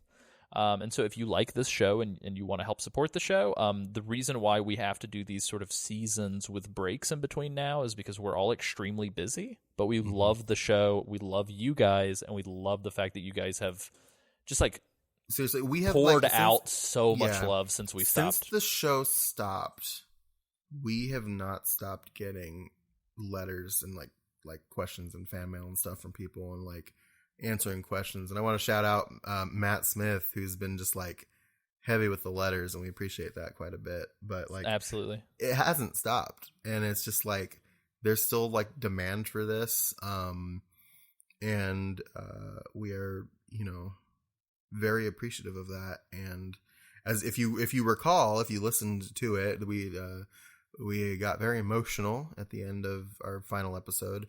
I had announced anyway previously that I was gonna be walking away regardless of it stopping or not, and I got very emotional at the end of that episode. This podcast means a lot to us, and it means a lot to be able to bring it back, and it means a lot that you guys still care about it. So that's why we wanted to do the season format, because it would help us be able to do it while still maintaining all the stuff that we do outside of it. Totally. Could not have said it better myself, Sam. You just nailed it. Boom, baby. I got to win with words, bitch. But yeah, so I got to win with words, bitch. You can check us out on Twitter, Facebook, and Patreon, all through just Metal Gear Mondays, and on SoundCloud. We still have all of the episodes up there. Thankfully, SoundCloud's going to let me like retcon all those past episodes and re-upload the files, which is great. But paying to keep the show going, even through the SoundCloud servers and up on iTunes and everything like that, is still the same sort of cost as it was before, but we've been kind of keeping it going no matter what. So any sort of assistance in keeping the servers up would be great. Outside of that, we do at some point, if we can raise the capital through Patreon, we would love to have the ability to do like a streaming, like playing Metal Gear games and streaming related games like once or twice a month, or even more than that, depending on the support that we get. And we want to do some other fun stuff too, like pay to have special episodes for all of us to travel and do them in person and stuff like that. So every little bit helps. The structure for that Patreon hasn't been totally solidified just yet by the time of recording, so definitely go to patreon.com/Metal Gear Mondays to check out more information. But we're just going to try and be more transparent, more fun, and just more available for you guys moving forward in a way that's respectful of our time as well.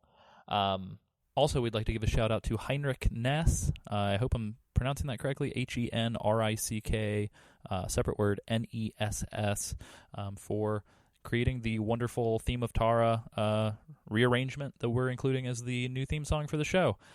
He's available on SoundCloud.com as Heinrich Ness, as well as on YouTube, and you guys should check him out. I'll throw a link to his work in the show notes for the episode. Yeah, outside of that, Sam, is there anything that you want to point folks to go check out? Have you found any cool shit since last we recorded?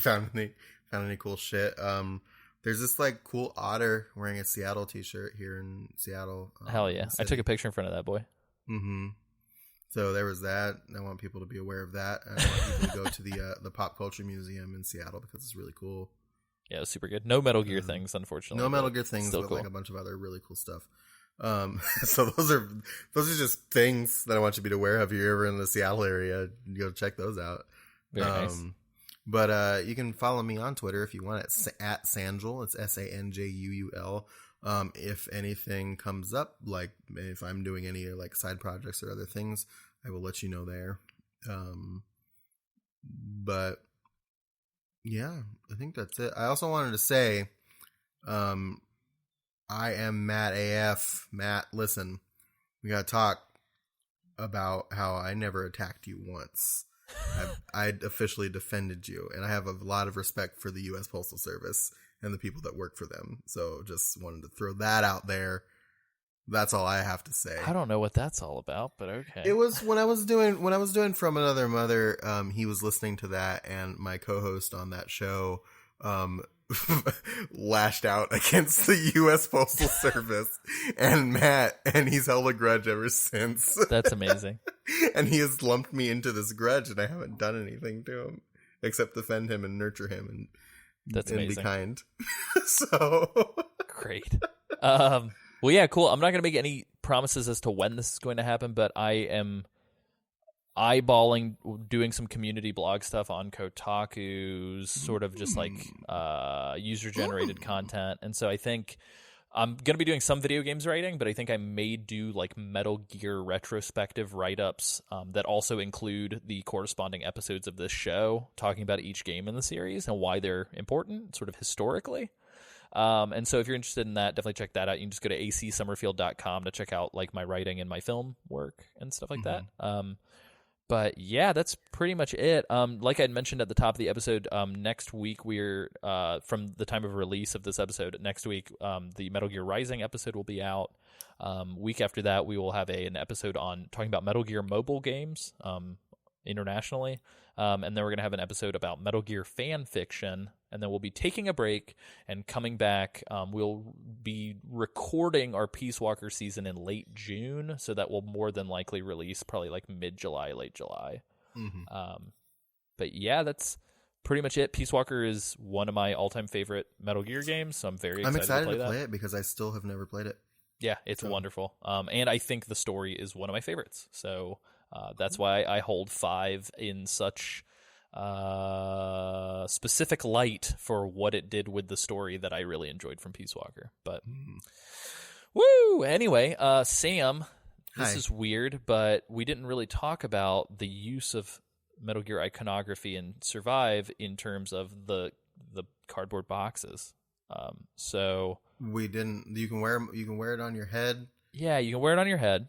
And then when you beat, you can give it to your friend as a gift. Yeah, when you beat a digger mission, they drop a bunch of them, and you can collect stuff from them. You can collect prizes from them. Every once in a while, though, I mean, have you ever? It's kind of a weird roulette system, right? Because sometimes when you crack them open, there's a ton of materials and everything's great, and you're excited. But then other times, it's almost as if it's just a box. Oh my god.